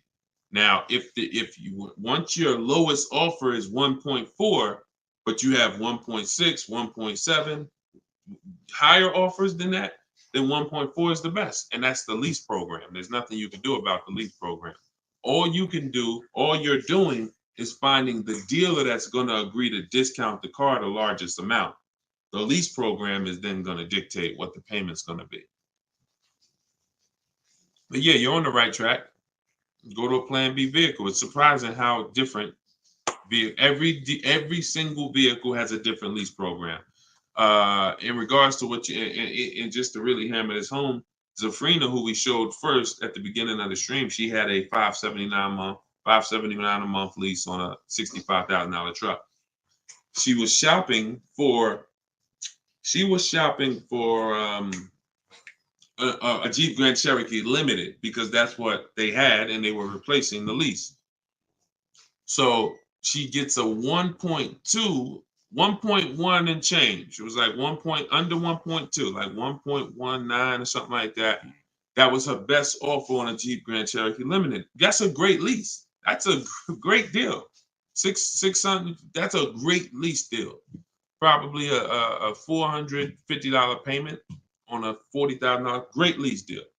But she said this guy is saying that he thinks he might be able to do better on a hybrid Jeep Grand Cherokee Limited. He said he could probably get me below the 1%. I said, okay, you need to get 5 more offers at least.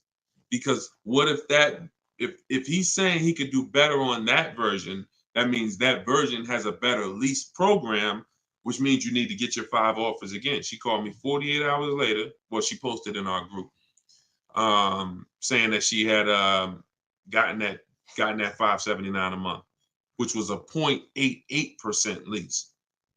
So that's not only is every vehicle have a different lease program, every trim level has a different lease program. Almost trim levels can have different lease programs attached to them. In many cases, they do. All right, great question though. You could also wait it out, Nico, if you have a little more time and see what the programs are next month. Go ahead, Dolan. You can shoot the next one up.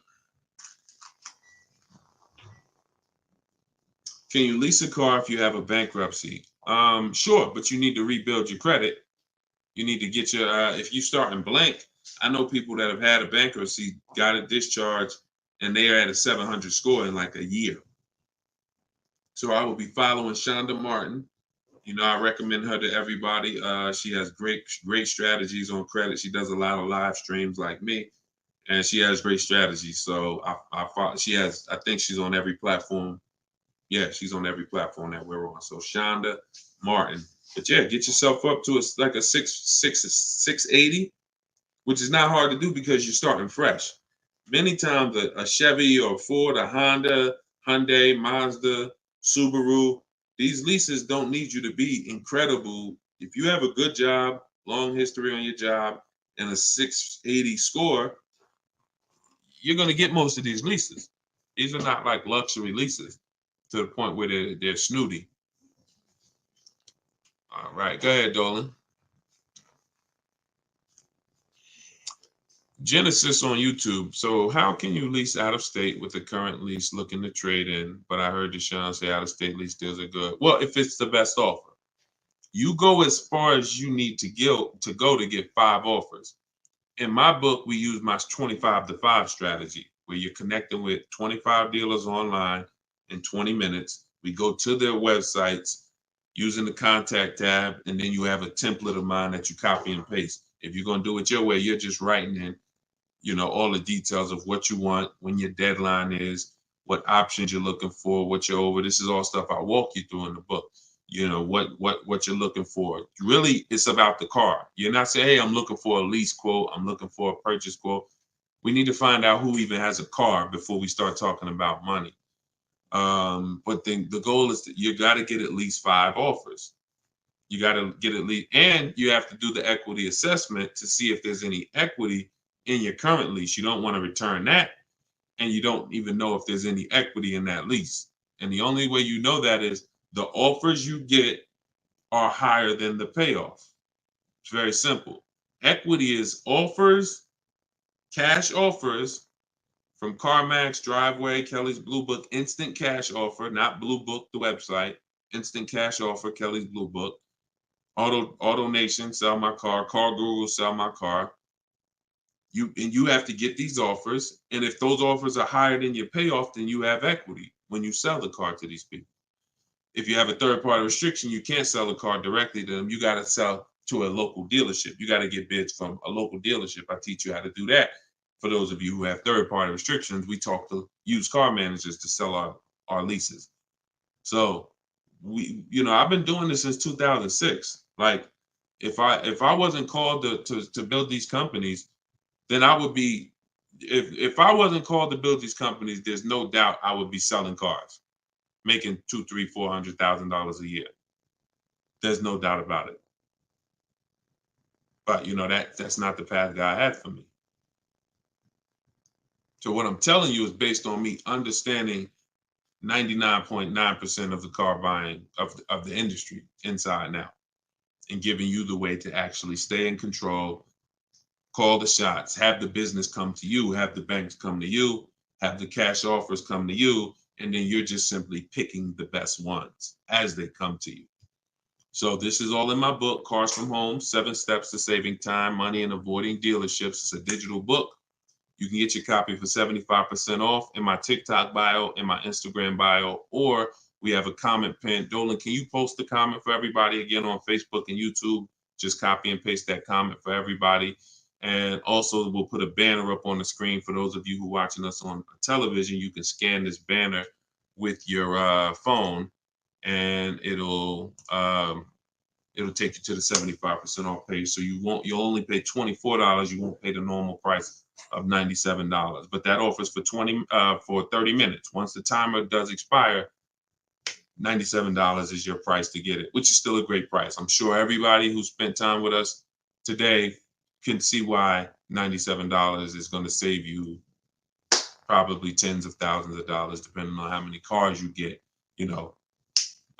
Sean saved 20 grand on his first car. So for those of you who want to attend my free masterclass, Everything You're Doing Wrong, Buying, Selling, and Leasing Cars, you can attend that in my bio. We'll also put another comment for those of you who want to attend that. That's about an hour-long class, and I'm teaching very specific. You'll need a notepad for that. That's not just Q&A, although we do Q&A after.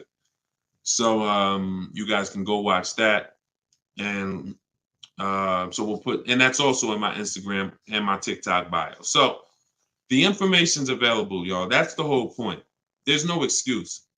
Everything that we talked about today is really financial awareness, financial literacy that you have not learned. You haven't heard of it before, but this has been around. We've been doing this for 3 years. Over 2,000 people have come before you. We have over 6,000 people that have this book now. So this ship has sailed. This car buying from home, you're late to the show now. And you can't afford to go buy another car the old way and think you're getting a good deal. You can't afford to do that. I mean, money is very hard to come by for some people, and you need to, I don't care who you are, you should take it seriously. So this is why we're here. And so you can get it from my free videos, from these Q&As, in my book, in my masterclass. I don't care how you get it. You want to join me in Maps Academy and have me coach you through your car buying. I don't care how you get it. Just make sure you get it. Get in where you fit it. All right. So that was episode 17. All right. We'll see you on episode 18. God bless y'all.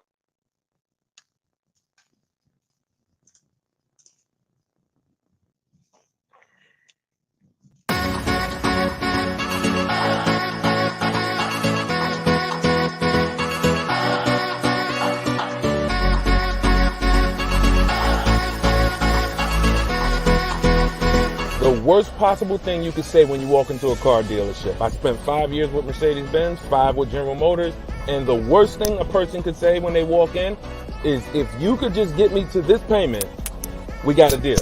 So your loan's probably still like 19, which means you got to pay to get out. You're upside down. It's called negative equity.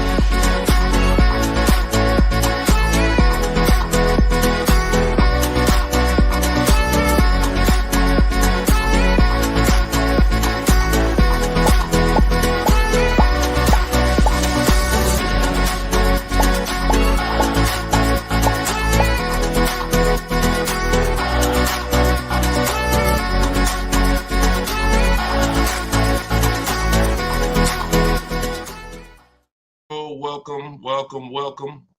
This is episode 17 of Car Shopping Questions and Answers.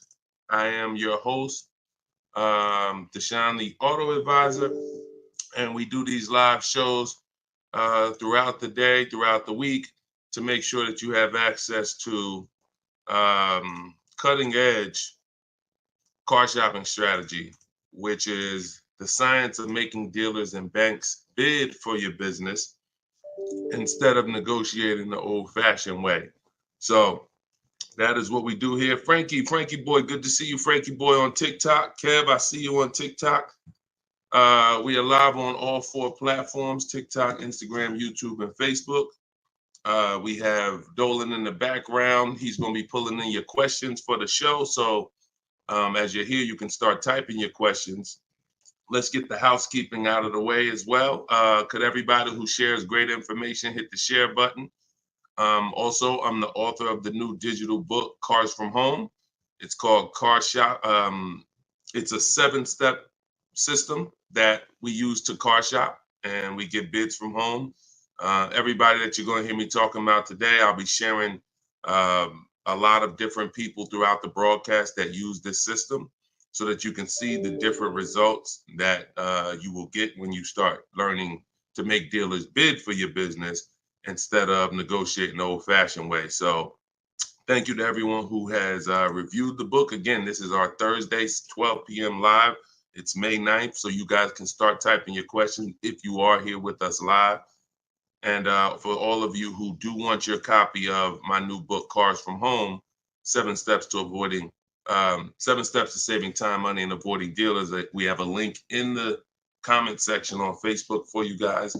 We also have a link inside my TikTok bio, inside my Instagram bio, that you guys can use to get your 75% off your copy. So you won't pay the $97 price. You'll pay $24, but it's only for 30 minutes. So once the 30-minute timer is up, the price is $97, and it's a great price. So all of these people you'll be hearing throughout the show have used the strategies that are in this book to save thousands and thousands of dollars from home. And that's where I'd like you to be as well. So, Dolan, as you get the first questions coming in, feel free to throw them up, and we'll get right to it, y'all. Let's go. Whenever you don't see the banner above me, you know we're actually live. When you see the banner, that means we're rebroadcasting, because we do rebroadcast this show throughout the day. But whenever you don't see the banner, that means we are absolutely live. Okay, so start typing your questions. Type them fast, and we'll get to it. T. Del Mar on Instagram. I'm leasing. Now test drive. Why do I ask for an older salesperson? Won't any salesperson be okay? No, any salesperson will not be okay. Some salespeople will bring you in for a test drive. we talk to people who are experienced in the dealership. So when we talk to them and we ask them, do they have a car that we're coming to see? We know 9 times out of 10, they're going to be honest with us. You get a new kid on the block or a salesperson who doesn't care about this stuff, they'll get there. Who's ever gotten to a dealership, was coming for a test drive, and then the dealership said, oh, that car got sold, or that car is not here anymore by the time you get there? If you've ever had that happen, type me. You set up a test drive, you come in, oh, I was coming to see that car. Oh, it sold like, 2 hours ago. It just sold. See, when you're dealing with experienced salespeople who are honest, exactly, Peaceful Grace on TikTok, you understand. So this is why every step that I teach is important. Even things that you might see, okay, why is he telling us ask for this person? It's because if you don't, you run the risk of running into a salesperson who doesn't care. Oh, you'll get there and just, oh, well, that car sold, but hey, I might have another one. Let's look at some other ones. No, we don't go for that. We don't go for that. Our test drive is strategically set up to try to guarantee a successful test drive where we can be in and out that dealership in 20, no more than 30 minutes and coming home. Okay, let's go. Nothing is left to chance. All right, go ahead, Dolan, shoot the next one and keep your questions coming, everybody. We'll try to get through as many as we can.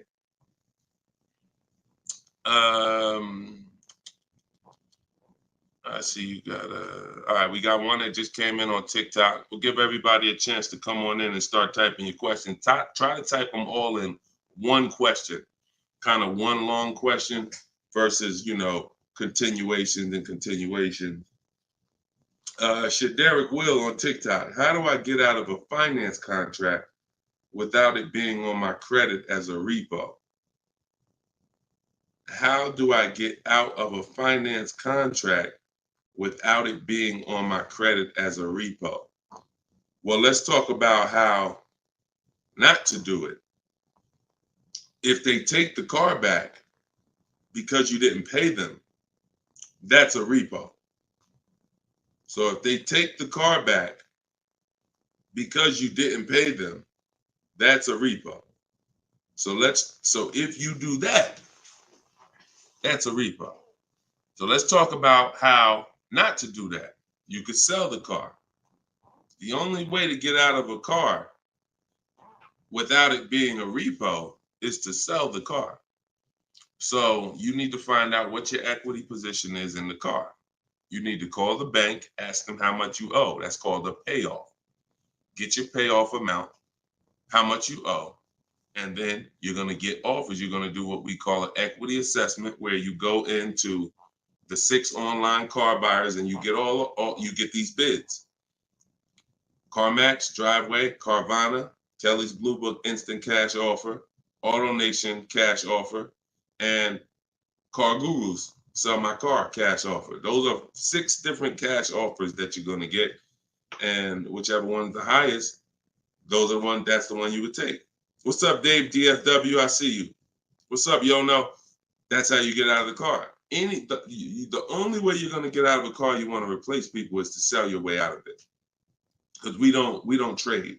In most cases, we do not trade because you don't get all the money. When do you get all the money trading anything? You know what I'm saying? Who can tell me an item that when you trade it, you get the most money possible for it? I'll wait. Anybody? What's up, Bobby I Modern? What's up, Bell? See what I'm saying? So we understand. You're not going to get all the money of anything trading it. You sell it. That's the way. And most times you guys are taking $2,000 to $3,000 to $4,000 less for your vehicles, trading them. You're losing. See, again, you can't take the price, the monthly payment seriously, but not take the price of the car you're buying seriously. Not take the shopping for your interest rate seriously. Not take the selling of your old car seriously. Because you may be more focused on saving $1,000 off the price of the car you're buying, but you're not putting that same energy into how you shop for your loan. You're giving the bank $2,000 or $3,000 more because you're paying higher interest. Or you're not doing this bidding process. You're trading in your cars and you're paying $1,000, you're getting $1,000 to probably $4,000 less than what you would get selling these cars to online car buyers. So that's how you get out of a car. Only way you can do it is to sell your way out of it. And if you have negative equity, to pay the difference so that you can get out of the car. But if you just let them come take the car, you can finagle anything you want to try to not have it be a repo. It's a repo. It's a repo. And so the time 3 years ago, everyone could have sold their car and really got out of them because the prices of cars were so high. What's up, Alan Denson? Thank you so much. Appreciate you. Yeah, so that's it. Go ahead, Dolan, shoot the next one in. This is our Thursday live show. My man, Alan Dawson, appreciate. Oh, Alan Denton. Yep, appreciate you, man. Thanks for supporting the broadcast. This one's Optimal Living from TikTok. This is our Thursday, May 9th live show at noon. So whenever you guys don't see the banner above me, that means we're live. You can send your questions in, and we'll try to get them into the show. Grand Rising, I want to buy a used approximately $10,000 or less. Approximately $10,000, less than 100,000 miles, 1 or 2 owners, like a Honda, Hyundai, Volkswagen, good gas mileage, easy to repair. Any suggestions? Well, you have a lot of filters there. If you were buying under 10 grand, I would be looking at Facebook Marketplace. I would be looking at Facebook Marketplace because our used car strategy is to look at all the marketplaces where cars are. These are, AutoNation, Auto Trader, Cars.com, Car Gurus, Carfax.com, CarMax, Carvana, Driveway, and eBay Motors. But if we're looking at a car that's under 10 grand, I would certainly be looking at Facebook Marketplace. Facebook Marketplace is where you're going to try to find a private party owner, not a dealer. Not a dealer. You're trying to find a private party owner that's going to sell you the vehicle, private party, not a retail purchase. A retail purchase is at a dealership that has done reconditioning on the vehicle to prepare it for the market. And so you're paying for that. You're paying probably 10% more for a retail purchase because it goes through the retail process. But if I'm spending under 10 grand, I'm looking at Facebook Marketplace to get a private party sale where I could save probably another 10%, maybe a little more below the retail price. But that's really depends, price specific. Same thing with selling cars. When we get our bids, if our car is worth less than 10 grand, we usually I always tell people, it's in my book, if the car is less than 10 grand, when you get your offers, you could get probably 1,500 to 2,000 more listing it on Facebook Marketplace.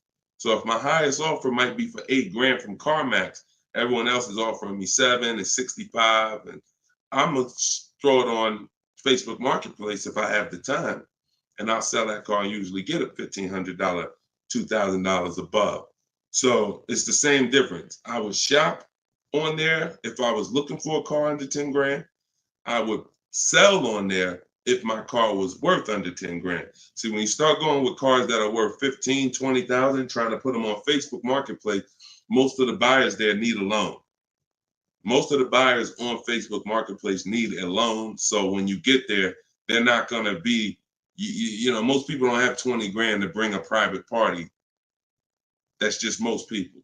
So the buying pool is very small for 15 to 20 grand, 30 grand private party. But the buying pool is very big for under 10 grand private party. So you always want to go to where the buyers are, where the best opportunities are. So yeah, that's what I would be doing. Great question, Optimal Living. All right, keep the questions coming, y'all. I see Sharita said, hey, I got the book. I'm stoked. This is great info. Thank you so much, Sharita. Enjoy it, use it. The things that are in my 7-step book, y'all, is everything you're learning right now.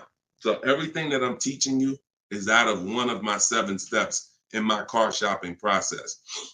My book is called Cars from Home. So it's all designed to teach you the science, walk you through the science step by step of doing 90% of your car purchase from home 90% of your savings are done at home, not in a dealership. The only thing we're doing in a dealership is test driving, is having our car appraised if we have a third-party restriction by a used car manager, and picking up our car if they don't deliver. Those are the only three things we are doing inside a dealership. All the negotiating, the price saving, the shopping the market, the research, the working with the bank, that's all done at home. And some people, some of you are going to do 100% of your purchase from home. If it's a new car or a lease, some of you could do 100% of it, because if the dealer delivers, literally you never went into the dealership except for the test drive, and then we get our bids and we make the we accept the best offer. This is somebody who just got a bid. You can see the dates not too long ago. Look, I contacted 25 dealers. Some of you know my system is used to, we connect with 25 dealers, with our goal being to get 5 offers. Because what percentage of offers is overpriced? Let's see if anybody on here knows. If anybody's been spending time with us, this might be a lot of your first time with us on the stream, but what percentage of dealers is overpriced? Let's see who knows. And this is why you must get at least 5 offers. At least 5 offers, because what percentage of dealers are overpriced, everybody? Let's see. All right, we may got a lot of new people on here. Maybe nobody knows. No, not 100%, Twan. Not 100%. Thank you, T. Delmar. 80%. Exactly. 80%. T. Delmar Instagram got it. 80% of dealers are overpriced. Now, this is not my opinion. I'm telling you guys. I've been working with people all around this country. I opened up my car buying school, Maps Academy, 2021. We have probably over 6,000 people now that have our book. So people report deals to me. I have hundreds of people who over the years report their deals to me. And that's what we see. We see 80% of the quotes we get are higher than the best quote. So when you get your 5 offers, one of them is going to blow the other ones away, but the other ones are going to be significantly higher. And when you look at somebody like this is Teddy. Teddy he said, I received 10 offers. He said, I only use the scripts provided. So in my book are the scripts he's talking about that you copy and paste. This dealer's initial quote came back at 937. Using the counter offer calculator, which you have in my book as well.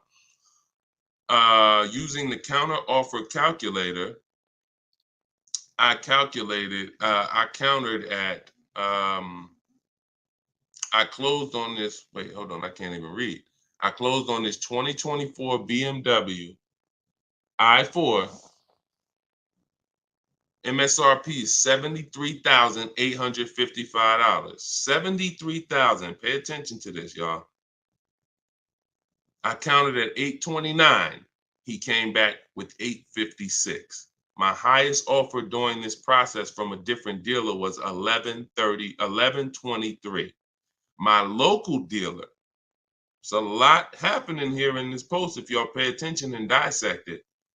My local dealer came in at 986 and even told me in an email that he didn't think I'd find a better deal out there. I didn't speak to one salesman on the phone until after the credit was ran and the deal was secured. I even got them to cover my last 2 lease payments. This is how you get, see, if I was to ask Teddy right now, Teddy, bet me $1,000 that there's not a better deal out there. He'd most likely take the bet because he connected with 25 dealers. He got 10 offers. He used it. You can never accept a deal without countering, because we don't know what the bottom is until they say no to the counter, or until they say, no, I can't do that, but I could do this. Now we know they're at the bottom. So all of this stuff can't happen. You're not going to have price assurance, which means you guarantee you paid the lowest price, and you're not going to be able to get these numbers until you sit at home and start getting the offers at home.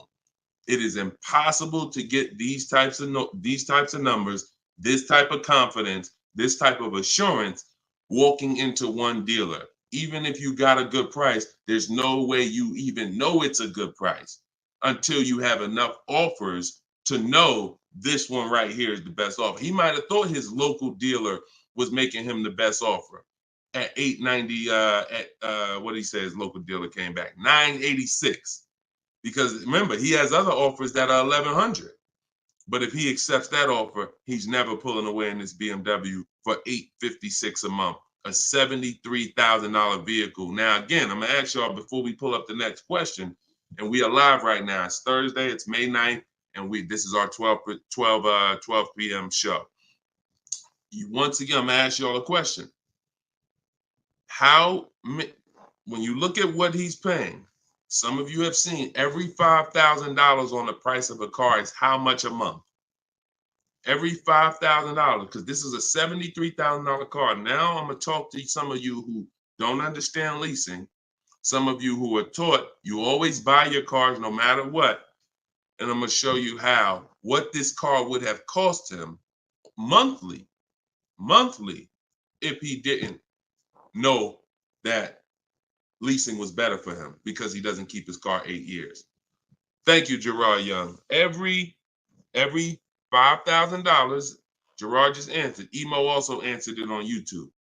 The question was, every $5,000 on the price of a car is how much per month? Approximately $100 a month. So when you look at a $20,000 car, automatically you should think $400 a month. You're looking at a $40,000 car, that's $800 a month. You're looking at a $50,000 car, that's $1,000 a month. 5 years on a 5-year loan. You're looking at a $70,000 car, y'all. That's $1,400 a month. $1,400 a month. His car is $73,000.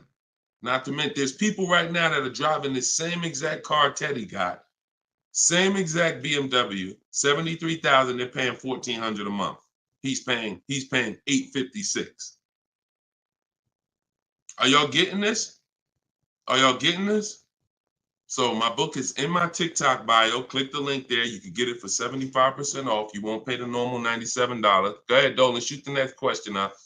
Instagram, you guys can go to my Instagram bio and get your copy for 75% off. And it is a step-by-step formula for how to get these deals. That's everything I talk about on these shows. Go ahead, Dolan. Shoot the next one up. Leo, I've been selling cars for 20 years. This young man is speaking the truth. Man, I appreciate it. See, and this is what the 20% of dealers do. The 20% of dealers have no problem, admitting the systems that we teach are better.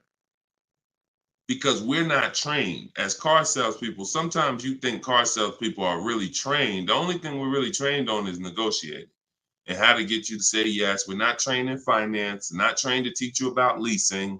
We're not trained to teach you about negative equity, depreciation, all this stuff that we should be trained on because you're buying a depreciating asset. We should be telling you, listen, based on our financial training, if you're not keeping your car 8 years, your best option is going to be to lease. Because when you buy your car is going to go down in value so much over the 5 to 8 years you have it. If you turn around and replace it, you're going to lose all that money. Your car is going down in value way too much over 5 to 8 years for you to turn around and replace the car right after that. You need to keep it after that. That's when you keep it. 8 years of that's when you keep it, because now you're like, man, I put all this money in this car. Yes, it may not be worth what I bought it for, which was $40,000 8 years ago. It might only be worth $10,000 today, but I'm gonna keep it now because 3 years from now, it's gonna still be worth probably $8,000. It might be worth 10 today, but because it's 8 years old, in 2 more years, it'll be worth $8,000. I'm not losing that much money anymore. You are not winning with buying cars until the car is not depreciating that much anymore and you still own it. Okay? If y'all clear with me on that, just tap the screen. Run the likes up on TikTok if y'all are getting what I'm telling you. If you're getting what I'm telling you, hit the like button. If you're on Instagram, if you're on YouTube, if you're on Facebook, hit the like button if you're clear on what I'm telling y'all. All right, let's move on to the next question, Dolan. Okay, I like to make sure you guys are actually following the conversation. So you have to actually respond and let me know you're following it when I ask you a question. All right, this one's Glenn over on YouTube. If your car lease is up in 6 months, how do you go about trying to sell your lease? Well, the first thing you're going to do, first of all, this is a great question. Glenn said, how do you sell your lease? Now, step 2 in my process is called the equity assessment. My book is called Cars from Home, 7 Steps to Saving Time, Money, and Avoiding Dealerships. Step 1 is the leasing versus buying question. Step 2 is the equity assessment, which means if you have a car you're replacing, we got to get the most money for it. And that's never going to be with a trade. So we have to see, is there any equity in our lease? Now, we are not assuming this. We are going to do this process and see, because some leases have no equity. Some leases have a good amount of equity. Like, hold on, I just had somebody write me talking about equity they got in their lease. Hold on. Didn't talk to, I think it was this person. Oh, but I cut off their post. Somebody said they just got $4,000 and I always like to say this. I always like to show this stuff so people understand. You know, we operate with documentation. So when you are getting how you determine if you have equity is with cash offers, not with algorithms. Kelly's bluebook.com. Blue Book says my car is worth this. That means I have equity. No, Blue Book doesn't buy cars. So what you want to do is you want to determine if you have equity by calling your bank. You're going to get your payoff, which is how much you owe. And then you are going to go on the websites that I'm laying out for you. It takes you 20 minutes. If you can't take 20 minutes to go on a website to fight for your money, you don't deserve it. You're going to CarMax, you're going to Driveway, you're going to Carvana, you're going to Kelly's Blue Book Instant Cash Offer, where they connect you with a local dealer to get a cash offer. You're going to Car Guru, Sell My Car, and you're going to AutoNation, Sell My Car. And that's going to give you up to 6 offers. And if you have a lease, you need to ask your bank, do you have a third-party restriction? And if they say you have a third-party restriction, then if you have equity, you're going to be selling to a local dealer, not to one of the local online buyers. If you don't have a third-party restriction, we sell to the highest online buyer. If you do, we sell to the highest bidder among used car dealers. So it's just simple. There's different processes. I don't teach one size fits all car buying. So some of you who have a lease with a third-party restriction, you're going to use one strategy. Those of you who don't have a third-party restriction, you're going to use a different strategy. Those of you who don't have any money you owe on your car is paid off. You don't need to call your bank. You just need to go on those websites and get the offers.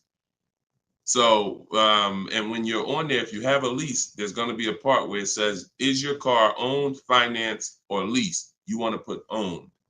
It's very important. Don't put lease because it triggers something in their websites. So that's step 2. I go over this thoroughly in my book. This is called the equity assessment. You can't, listen, you need to get bids. Bids. That is my favorite word, that multiple offers. The reason why you are not saving the money that you could be saving is because you're not getting bids. The reason why you don't have the confidence when you leave a dealership that you got the best price is because you're not getting bids. It's very simple. Start getting bids and you're going to save more money and make more money selling your cars. And you'll see why we don't trade in cars. That's the equity assessment. Okay. Step 2 in my book. Go ahead, Dolan. Shoot the next one up.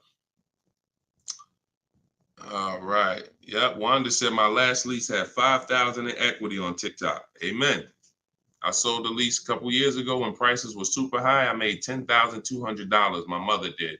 I made $9,000 on my Jeep Grand Cherokee. That was in 2021, I believe, 2021. Yep. It was ridiculous money. So the 9, 10 grand, 12 grand lease, those are not really there anymore. But we still see people that are making 2 and 3 and 5,000 for sure. Rudy on Facebook, how are you? Good afternoon, Deshone. I'm new to the live stream. Welcome. Who's new to the stream? If this is your first time here, type 1. Type the number 1 if this is your first time here. I'm looking for a 2020 SUV, Mercedes GLB 250, 4MATIC, less than 20,000 miles. Drives over 120. I see you, Yvette. Drives over 120 miles daily. We have been looking in different car websites. Still haven't found one that matches our max of 30K. Any suggestions? We live in New Hampshire.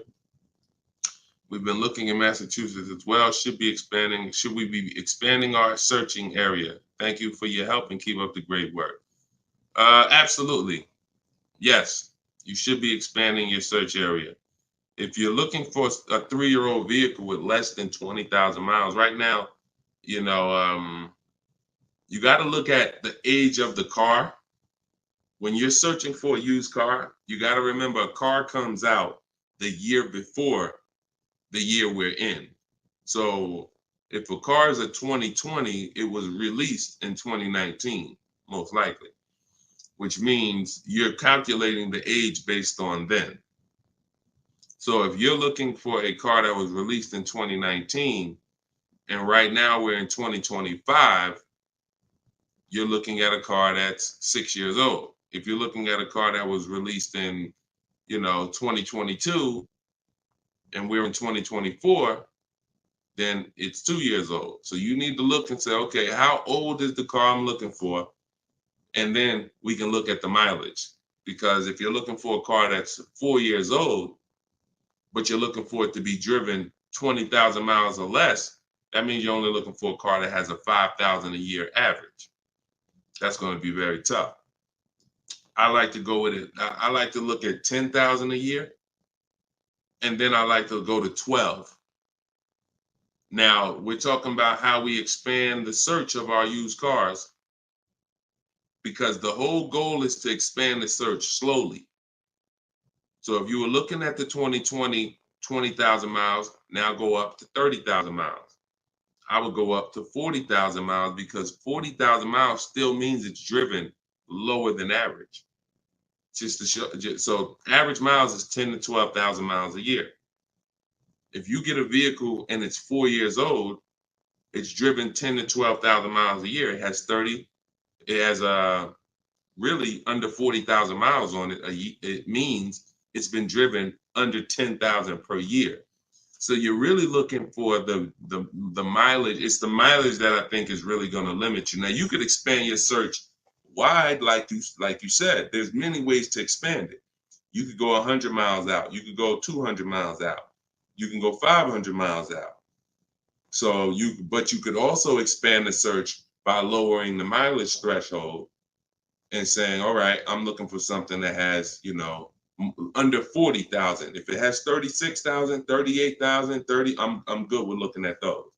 And I think that's going to give you a lot more options, considering how old the car is and how many miles you're looking for it to have. That's way, way, way, way, way below average driven miles. Way, way, way below. And when you have just, you're looking for a car that's only been driven 5,000 miles per year, you're going to have a harder time doing that than looking for a car that's been driven 10. So once we do that, we're still narrowing it down in other ways. Carfax title history, service records, accident history, verifying there's no fake fees. So we have other narrowing down processes. Then we get the new window sticker to make sure, because you can't know you paid a great price without knowing what the original price was. Who's bought a used car in their life? Type the letter U. Type the letter U, and I'm gonna before Dolan pulls up the next question, I want to make a point here to how just not having strategy, you guys are missing the things that you should be using to determine if you're getting deals. Yvette, I see you. Okay. Richard on Instagram, I see you. Leslie on TikTok, I see you. Alex, I see you. Derek, I see you. Harold, I see you. Kathy, I see you. Okay, so let me show you something. When I was buying my Infinity truck, all of the trucks we were looking at were white. All of them were priced between 30 and 32,000 as a used vehicle. 30 and 32,000. So if I narrowed it down, the top four I was looking at, they were all white, black inside, between 30, 32,000 price. Similar miles, one may have 26,000 miles, but the highest one has 36 similar miles. So I'm narrowed this down. Now, this is where many of you you don't have the information to make the right decision, because the determining factor of which vehicle I chose was based on the brand new price. I'm gonna tell you exactly how this went. Once I got the brand new price, I got the brand new window sticker on all of these cars, I was able to see that one of the cars brand new was 46,000. One of the cars brand new was 48,000. One of the cars brand new was 52,000. And one of the cars brand new, which is the one I ended up getting, was 54,500. It was a special edition. It has all of these features on it, has all these packages. It has different rims. It has all these different things. Now, if I would have picked the other ones, because the asking price was lower, I would have made a horrible decision. Paying 31,000 for a car that was originally 46,000 is nowhere near as good of a deal as paying 31,800, which is what I paid for a car that was originally 54,000. This is what I call in my book the true value percentage. The true value percentage discount is what the vehicle is being sold for relative to what it was when it was new. So picture this, if the vehicles that I was looking at would have only had the true value percentage discount on them, it would have made it even easier for me to choose, because the one I picked would have said 42% off the brand new price. The ones that I didn't pick would have said 38% off the brand new price, 36% off the brand new price, 32% off the brand new price. So when I look, true value percentage is literally that. And that is something we created. See, a lot of what we teach, we didn't learn it, we created it. So you are getting things that, why can't I find what Deshone teaches in other places? Because God had me create it. So you're not going to find it from other people. You're not going to find the 8-year rule for leasing versus buying with other people. You're not going to find the 1.5% rule for bad lease deals with other people. You're not going to hear them talking about this true value percentage discount when we're looking at used cars, because we created all of this stuff to regulate the industry for people who will use it. So if you guys want everything I teach in one spot, you can go to my TikTok bio. As long as you get there before the 30-minute timer goes down, you can get your copy of Cars from Home, my digital book, for 75% off. Go there. You won't even leave the broadcast. Get your 75% off. It'll be in a few minutes, and you can use this stuff for the rest of your life. Same thing with Instagram bio. And if you're on Facebook or YouTube, we have a comment in the comment section for you guys to get your book there, and you can use it. And if you're on a TV watching us, then you can just scan this QR code with your phone, and you can get your 75% off. $97 is still a great price, even if you missed it and suffer. Get your book full price. If you missed the countdown, that's fine. But the money that you're going to save is going to be dramatically multiplied versus what you spend on this book. Okay, Dolan, shoot the next question in, y'all. We are live. This is our Thursday, May 9th show, 12 p.m. So whenever you don't see the banner above me, that means we're actually live, and you guys can type your questions, and we'll try to bring them onto the show. Helena, what do you consider a good interest rate? Well, this is a relative question. It's the same question you're asking when you say, what do you consider a good discount off a car? How much should I pay for this car? We only pay when someone wins the bid. So we teach something called the bank bidding war, which I also created. You have been taught that, don't let these dealers run your credit, or always get, who's been taught any of this stuff? Always get your own pre-approval You know, never use the dealer's banks. Never, you know, all of this stuff. Any way. We teach a process that the credit bureaus allow. The credit bureaus allow us to have an unlimited number of banks and credit unions run our credit with a hard pull, as long as it's within a certain period of time. As long as it's within a certain period of time, when that time expires, they are going to have that weigh on our credit as one hard inquiry in terms of how it affects our score. See, normally when you have a bank run your credit with a hard and then another one, and then another one, each hard inquiry affects your credit. But when you do it the way it was meant to be done, and using the bank bidding war, if one hard inquiry would have dropped your credit 10 points, 20 of these hard inquiries is going to drop your credit the same 10 points. So the way it's done is there's 3 rounds to it. There's 3 rounds. This is for people that are financing. Again, those of you who are paying cash, this doesn't matter. Those of you who are leasing a vehicle, this doesn't matter.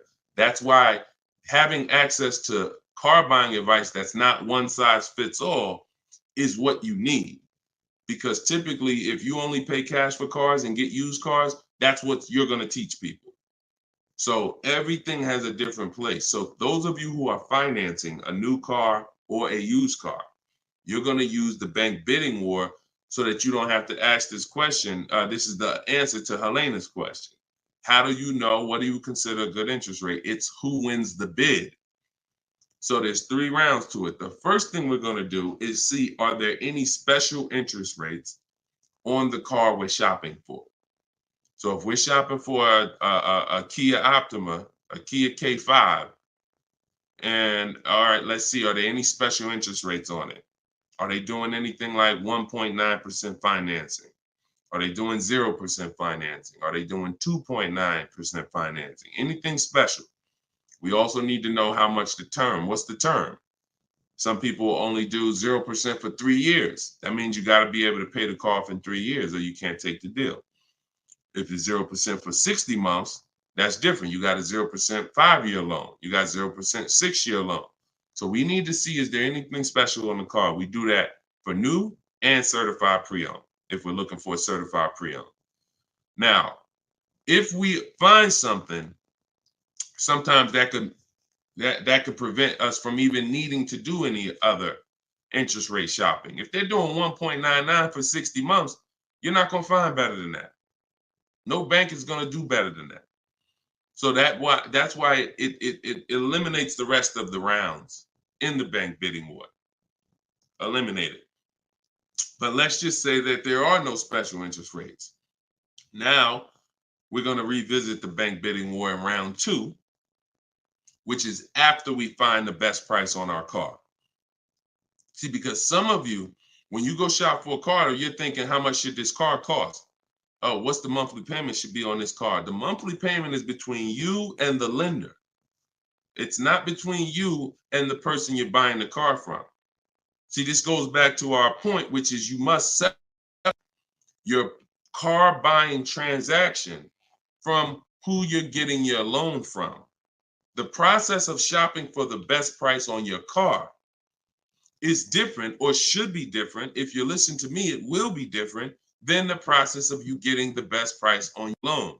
The best price on my loan is a different process than getting the best price on the car I'm buying.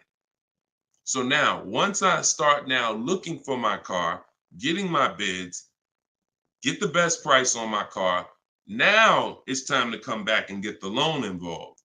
See, many of you are focused on what the best monthly payment is on the car, but you're not focused on finding the dealer that is the lowest price. That's focus number 1. Before we think about what is our monthly payment, we are thinking about what is the dealer? What's my process for finding the dealer who's going to sell me this Kia K5 for the lowest price? Who's going to sell me this $40,000 car for the lowest price? Once I find that dealer, Now it's time for me to come and get start shopping for my loan. See, and the reason why this works so well is because there's a process to it. We're not winging this. The reason why any fighter who goes into a fight and they're winging it, they are in a position of struggle. We don't wing it. That's why when you see my 7-step process in my book, it's 7 steps. In Matt's Academy, my car buying school, it's 7 steps. Whether it's video, whether it's the book, it does not matter. It's 7 steps because the process does not change. A process should not change based on whether you want a new car, used car, a lease, a luxury car, an exotic car. It shouldn't change. So once you find the best price on the item, now you're coming home and you are going to now contact online banks, your bank, your credit union, and you're going to get all their offers. This is round 2 of the bank bidding war. Round 1 is any special interest rates on the car. No? All right. Then we go find the best offer on our car. Now we're going to start round 2, which is our bank, our credit union, online lenders, all submitting bids for our rate. Round 3, once that's done, round 3 is we call the dealer who we have the car on hold with, and we tell them the best rate we got, and we give them a chance to see if they can beat it. That's round 3, because the dealers have another 5 to 7 to sometimes 10 banks. So see if they can beat it. So now you have 3 rounds of individuals competing for your interest, for your loan, to give you a loan. 3 rounds. First is the special rates. Second is you, your bank, your credit union, online banks. Third is the dealer's banks. And so when you leave, you already know I got the best interest rate. I guarantee it because I had 15, 20 people competing for my bank, for my loan. And that if you do that correctly, you are going to see that it weighs on your credit at the end as the same as one hard inquiry. That is what the bank bidding war. When you get my book, I email you a copy of the bank bidding war with it because I haven't merged the bank bidding war into my book yet. That's an update. Yes, that's an update. So all of you who had the book prior, when I update the book, you get the new book. You get the new book. That's another reason why having a digital book is the best way to do this. Because when things change in this game, when websites change, people go out of business, I update the book so that things can stay fresh. That's a beautiful thing about having a digital book. So the banner is on the screen. You guys can go to deshonesbook.com on Facebook or YouTube. You can scan the QR code with your phone because everyone can get your copy for 75% off. You won't pay the normal $97 as long as you get to either my TikTok bio or my Instagram bio before the 30 minutes is up. Okay, that's a great question, though. And what we're doing is we're going a little deeper. I've had tons of shows. We've done tons of streams where I was doing these rapid fire answers. This is episode 17. So what you're going, or 18. So what you're going to see is we're going a little deeper on certain topics as we're led to. So go ahead, Dolan. Next question. 5 though. No, I'm not streaming on Twitch, Matt. Only on Facebook, YouTube, Instagram, and TikTok. This is Lauren over on YouTube. Used your system just last week to lease a new car and got a 2024 Tiguan, great, at 1.1% after getting 6 bids. Now you talking, Lauren. It was the most enjoyable car buying process I've ever had. Thank you. Do we see what let me screenshot this here. This is what we're talking about, Lauren. This is what I am talking about. See, Lauren didn't know me. See, here's how different information changes things. Lauren was just like y'all about a month ago. She didn't have my book because we didn't even release the book. She was just like y'all. She might have didn't even know me. But what? She's an action taker. She got on the stream. She said, look, I like what this guy's talking about. This book is $24. What's the worst I could lose? There got to be something in that book where I could at least make my $25 back. Or even if I paid $97, got to be some tip, one tip in here got to be able to make me at least $100 back. She later finds out she's going to get thousands of dollars in discounts, get a 1.1% lease. Well, what that means is if the car is $40,000, her payment is like $420 on a $40,000 car that people are paying $800 a month for, $700 a month. Her lease is 1.1% of the MSRP. So because she's an action taker, she went forward, she got the book, she used the scripts, she said, I'm done with the old process. I'm willing to unlearn my old way of shopping, and I'm going to relearn this new way to shop. That's why, you understand? That's why it's all about unlearning and relearning. You understand? And she's able to reap the rewards of not just saving the money, but receiving empowerment. Because this is the only way to car shop empowered.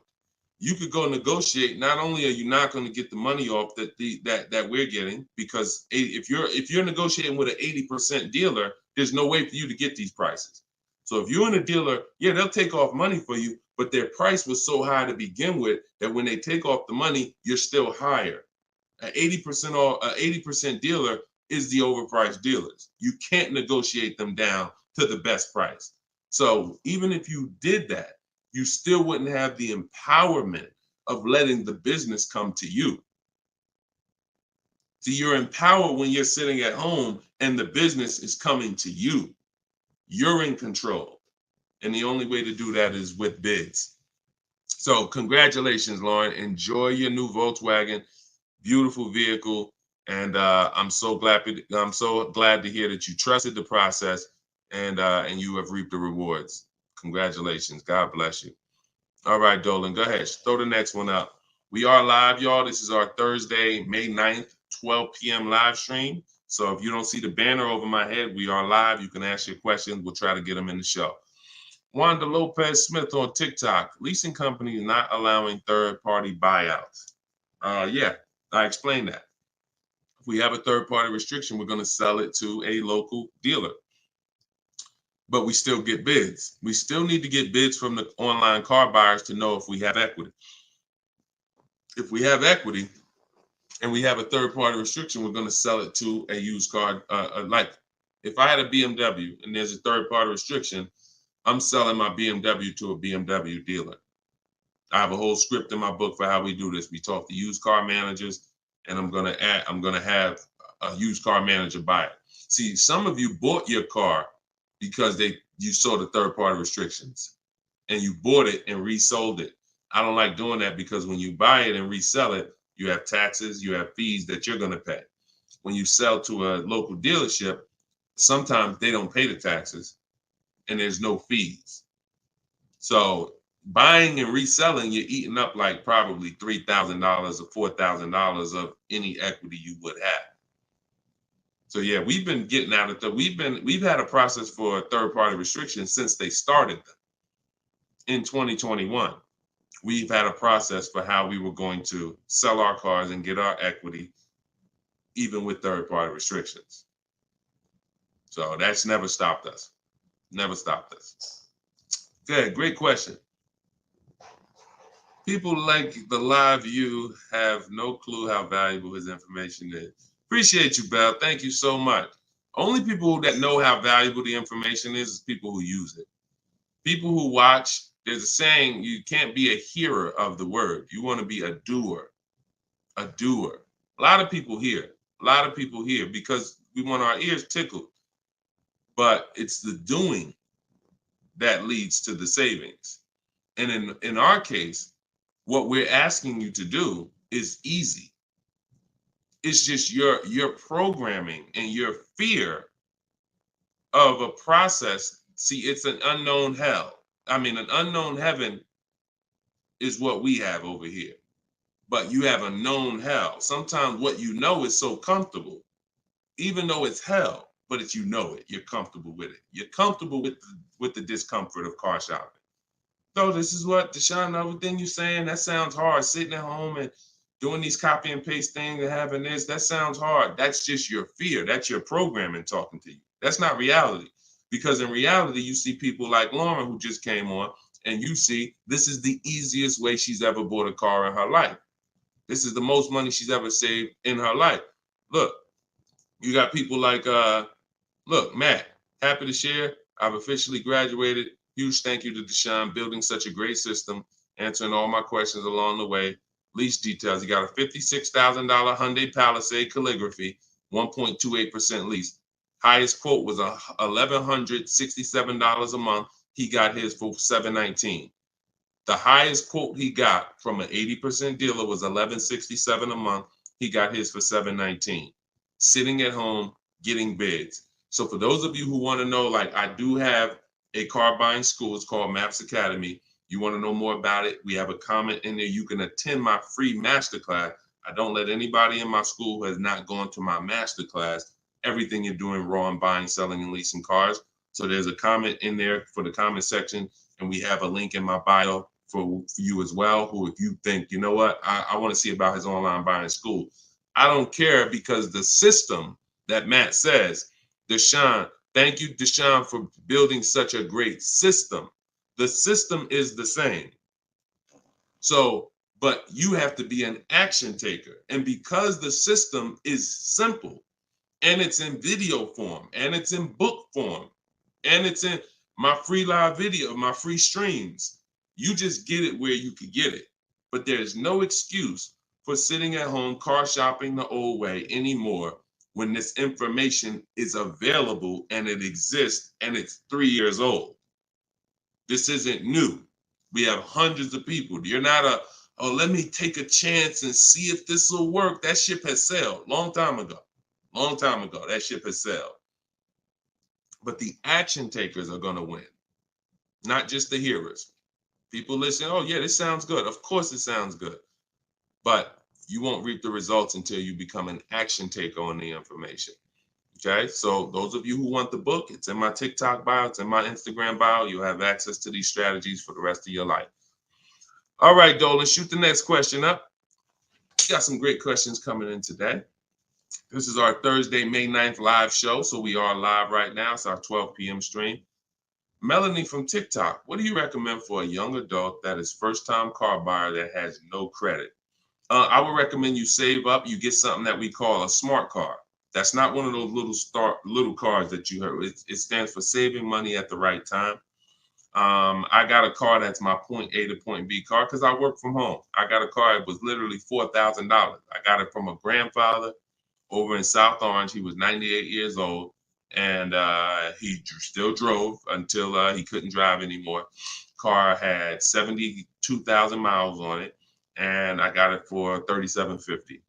Literally, it was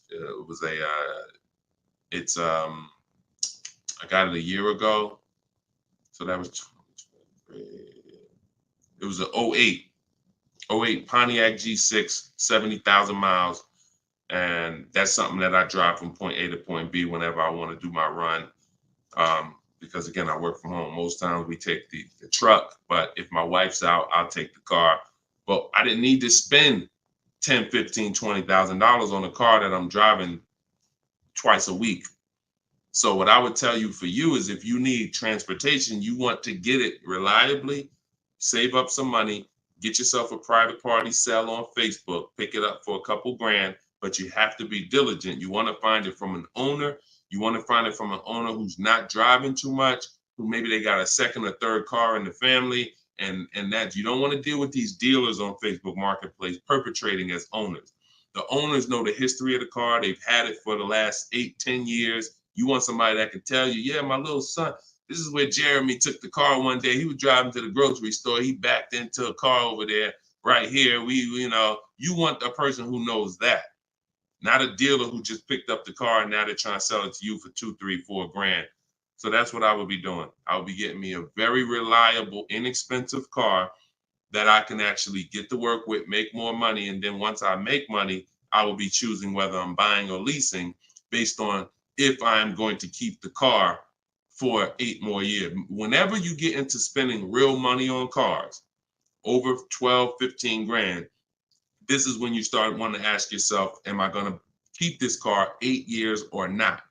Because once you get these cars and build up your credit, Melanie, another thing you should be doing is getting a credit card, not using it, pay it off every month, spend $20 on it, pay it off so you can get your credit up to a 700 score. You could be at a 700 score lightning fast before the next 12 months.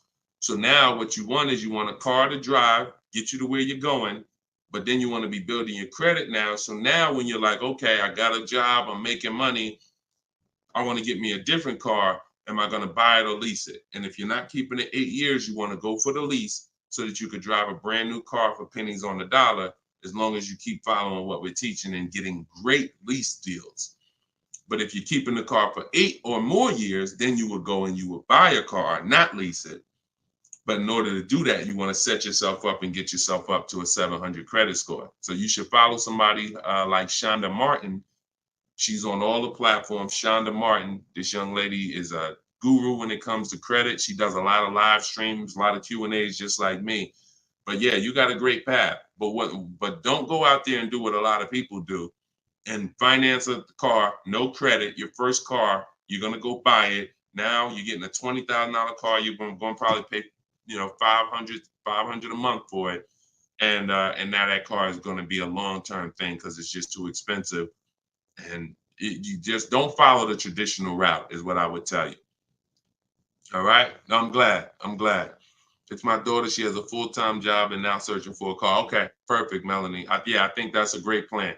Because the thing about that car that you're going to get for Facebook Marketplace is whenever she decides that she's ready to finance or lease a car, she can sell that car and get all her money back. If she finds a great car on Facebook Marketplace for $4,000, $5,000, you guys can sell that car and get the whole $4,000 or $5,000 back. You'll get 80-90% of it back. And I like to get whenever it's going to be a short-term thing, I don't want a car where it's going to be a burden to me later. We want to get a car that does the job now. I know with this Pontiac, whenever I choose to sell it, because I'm actually going to get a car. I've been waiting to get a vehicle that I want for a number of years. And when I do go get that, I'll sell this one, but I'll get everything back that I spent on that car. I'll get it back. So it's just strategic. It's a great way to move when you know these cars are not costing you money. You're breaking even on them, and it's just great. So that's what I would say, Melanie. That's what I would do for my own daughter. Okay, go ahead, Dolan. Shoot the next one up. We are live, y'all. We're going to try to get through as many as we can in the show. Type your questions. This is our Thursday, May 9th show, our 12 p.m. broadcast. So, Sir Francis on YouTube. What's the best source for an accurate valuation to determine if purchasing a used car is a good idea? I don't go by that. The only way purchasing a used car is a good idea for me is if we're keeping it at least 8 years. That's it. If you're not keeping it at least 8, are you keeping the vehicle at least 8 years?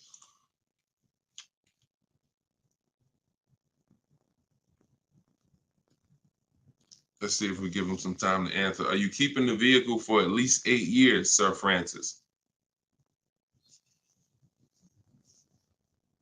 See, if we're not keeping the vehicle at least 8 years, there's no point in buying it, because the money that you would spend to lease, you can't put a price tag. You can't compare it. The reason I have to show y'all these lease deals is to see you cannot compare great lease deals to purchase deals. You can't. Look at this. Look at Jared. Jared followed the leasing like a boss system. The leasing process went quick and exactly like you said it would. Sent the emails. We had multiple offers to work with. Trusted the process. Used the scripts. Got the lowest offer from $565 a month down to $520 with a counter offer. Look.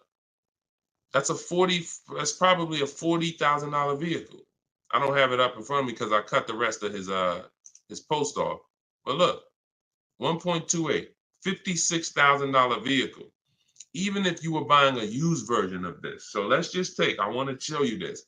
Let's just say instead of leasing like Matt did here, he got a $56,000 vehicle for $719 a month. We already know with $1,000 every, with $100 a month on every $5,000, this $56,000 vehicle is about $1,100 a month. Every 5,000 bucks is a hundred bucks a month on a 5-year finance. So $56,000 vehicle, we're looking at literally $1,100 a month, $1,100 a month payment. Let's just say though he bought this car used.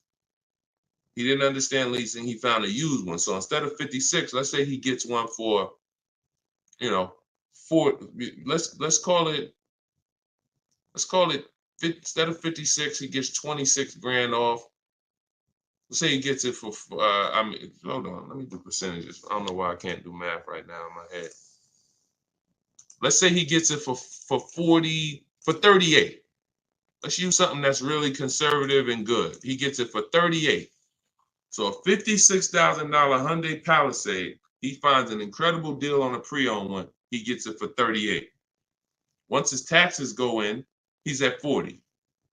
What's his monthly payment, y'all? If every $5,000 is $100 a month, what's his monthly payment for 40? See, it's all about no money down. If you notice, every time we're comparing numbers, we're not putting any money into the deals. See, when you're not putting any money into the deals, you can easily compare the deals. That's why all we do is shop with no money down, because it's easy to compare the deals. In my book is No Money Down Mastery. You're going to find every strategy I teach you doesn't involve money. It doesn't involve money, because when you want to put money down, that's different. But money down should be after you have assessed the deal already. So, those of you who want your copy of Cars from Home, 7 Steps to Saving Time, Money, and Avoiding Dealers, go to my TikTok bio now, get your copy for 75% off. Go to my Instagram bio, get your copy. But look at this. I'm asking y'all, what's his payment? Let's see if we got anybody that chimed in. If he didn't get this brand new one, if he didn't get this brand new Hyundai truck, he got a used one. So instead of 56,000, he got his for 38. Great price. He found one for 38,000, low miles. Now taxes are in, and he's financing 40,000. What's his monthly payment?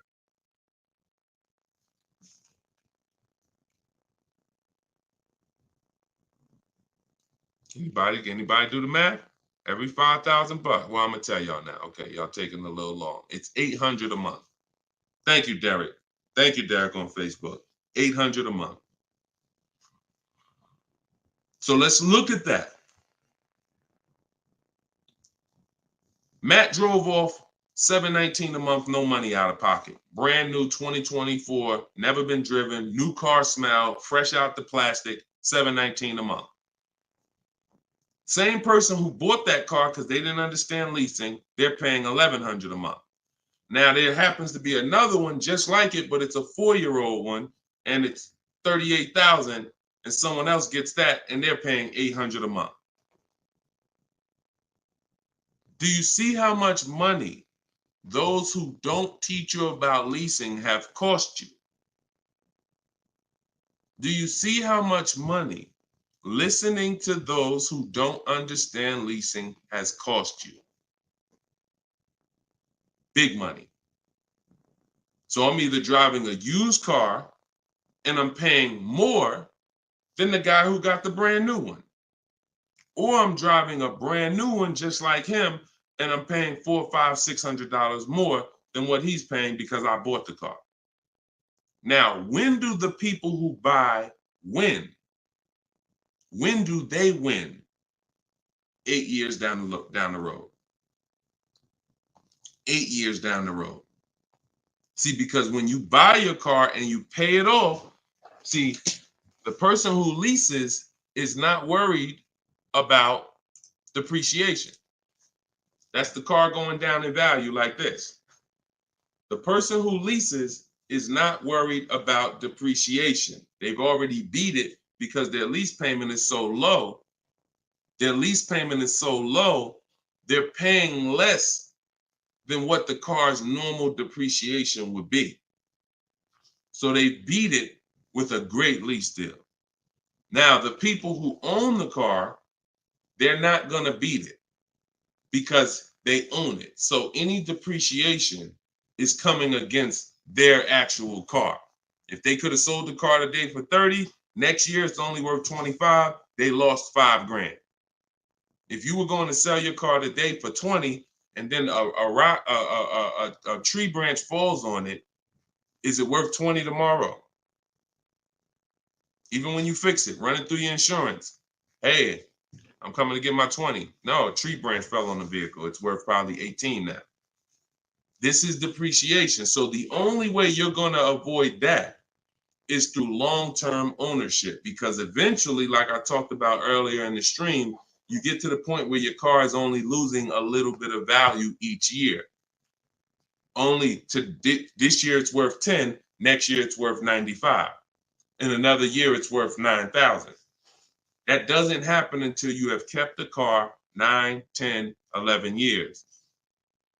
So if you're not keeping your cars that long, you're losing thousands of dollars not leasing, as I just illustrated with those 3 examples.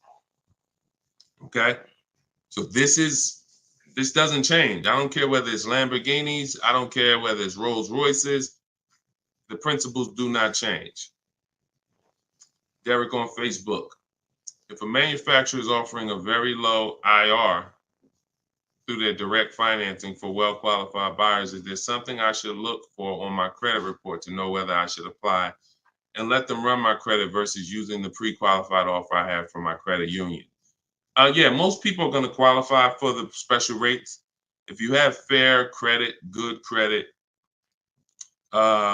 most people are going to qualify for the special rates because it's not super tier. Super tier is like A1 or A9 in the business world. That's super tier. Most of them are tier 1. So a tier 1 approval is really going to be if you have, 680 credit score and above. If you've had a car loan in the past that you've paid well, you should be able to qualify for those special interest rates. Those are not super hard to qualify for. And if it's something under 2.9, you're typically not going to see that coming from a credit union or a bank, not in this market. Not in this market. So yeah, it's a good question though. But that's round 1 in the bank bidding war. So it's important for you guys to know that whenever you see a special interest rate offer, in many cases, it's not hard to qualify for. You don't need perfect credit. 680, 700 and above, you should be fine. All right. So, all right. Let's go. John Tez on YouTube.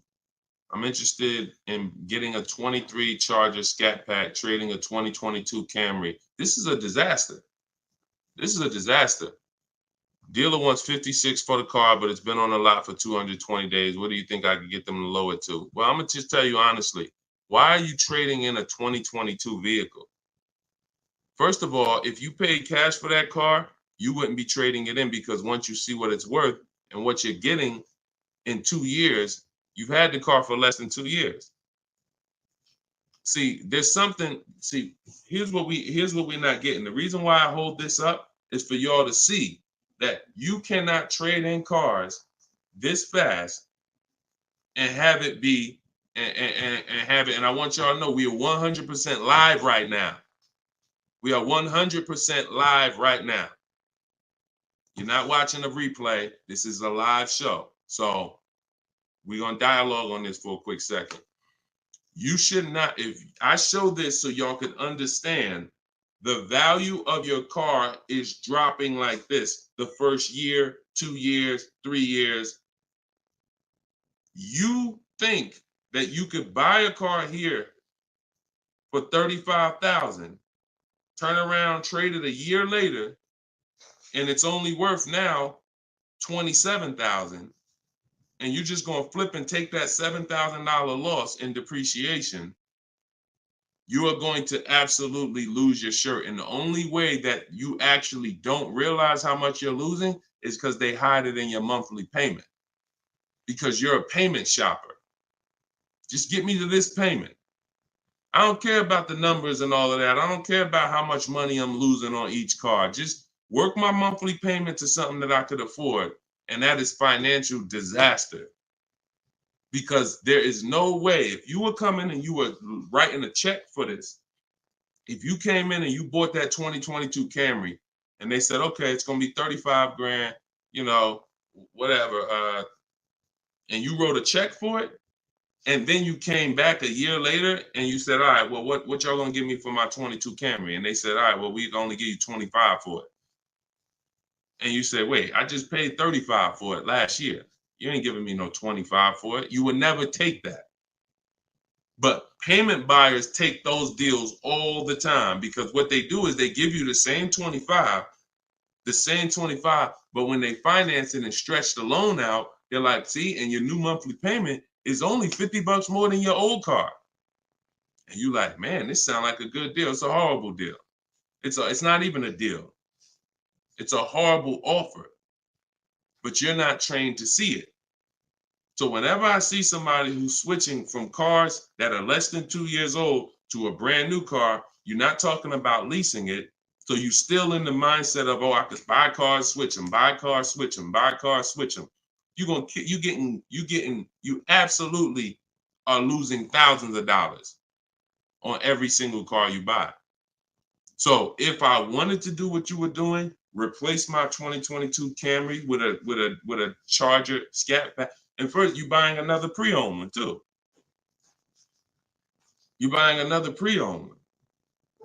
So you're asking, all right, I want to replace this 2-year-old pre-owned car that I got, and then I want to buy another pre-owned car and replace that one.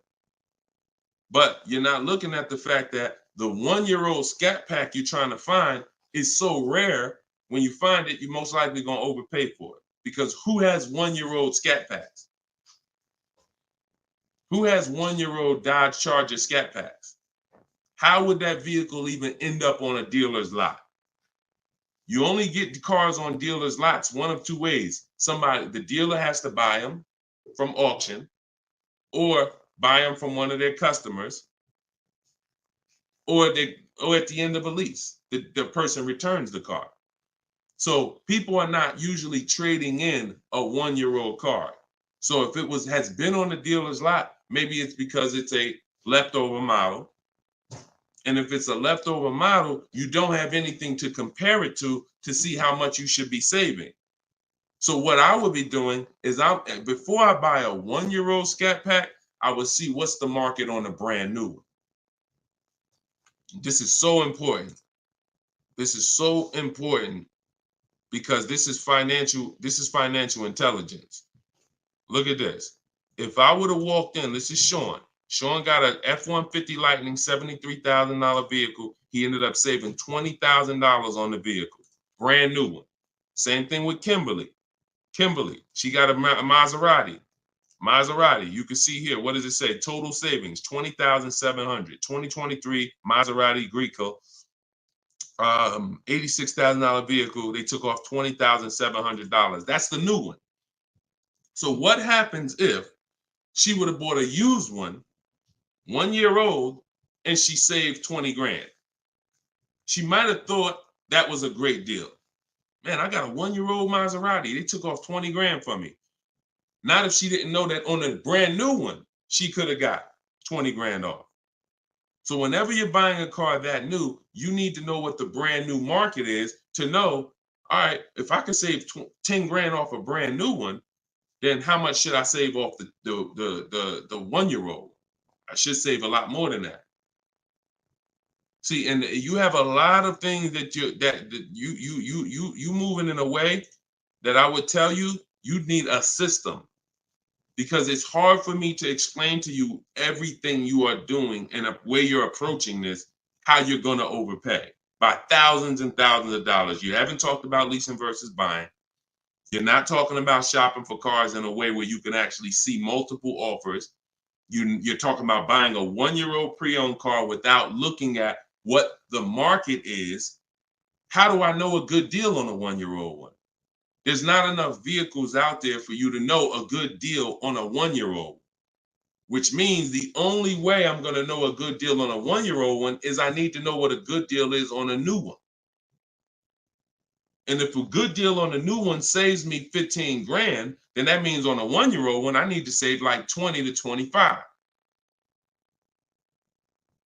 There's not enough vehicles for you to do that. So you should really be looking at following a system, learning about leasing versus buying. Are you keeping the next car 8 years or not? If you're not keeping the next car 8 years, you shouldn't be buying, you should be leasing.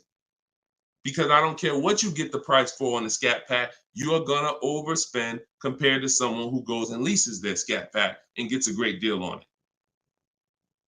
So we got to slow down and look. Most times we're approaching car buying like grocery shopping. We trying to get our car deal done the same time as a grocery shopping visit. 2 hours, 3 hours. We're at the grocery store more than we're planning our car purchase. And the only way you're going to save money is to take your car buying process seriously. If it's just like, nah, Deshone, it ain't that big of a deal, then go ahead and go give them 15, 20 grand. But I tell you what, somebody like me, somebody who's listening to me, who getting the same car that you're getting, and they say, man, so funny, Deshone, I'm in the same position as that person is in. I got a Camry too, and I want to replace it too with a Scat Pack. But I'm gonna use your strategies. I'm gonna assess my old car, get bids for it. I'm going to determine leasing versus buying, and then I'm gonna shop for my car. That person will save 5 to 10 grand more than you, minimum. Minimum. I put any amount of money on it. So slow down and answer this question first. How many years are you keeping the next car? If the answer is not 8, don't think about buying it. Don't think about buying it. My goal is to shop for my most aggressive lease on my next car. If I'm buying it and I'm keeping it over 8 years, then I'm buying it. I'm not buying a car that I'm not keeping more than 8 years. Not no Scat Pack, not no Dodge Challenger, not no Toyota Camry, nothing. If I'm not keeping it 8 years, I'm not buying the car. Lease deals are too great. It's pennies on the dollar when I learn to get them.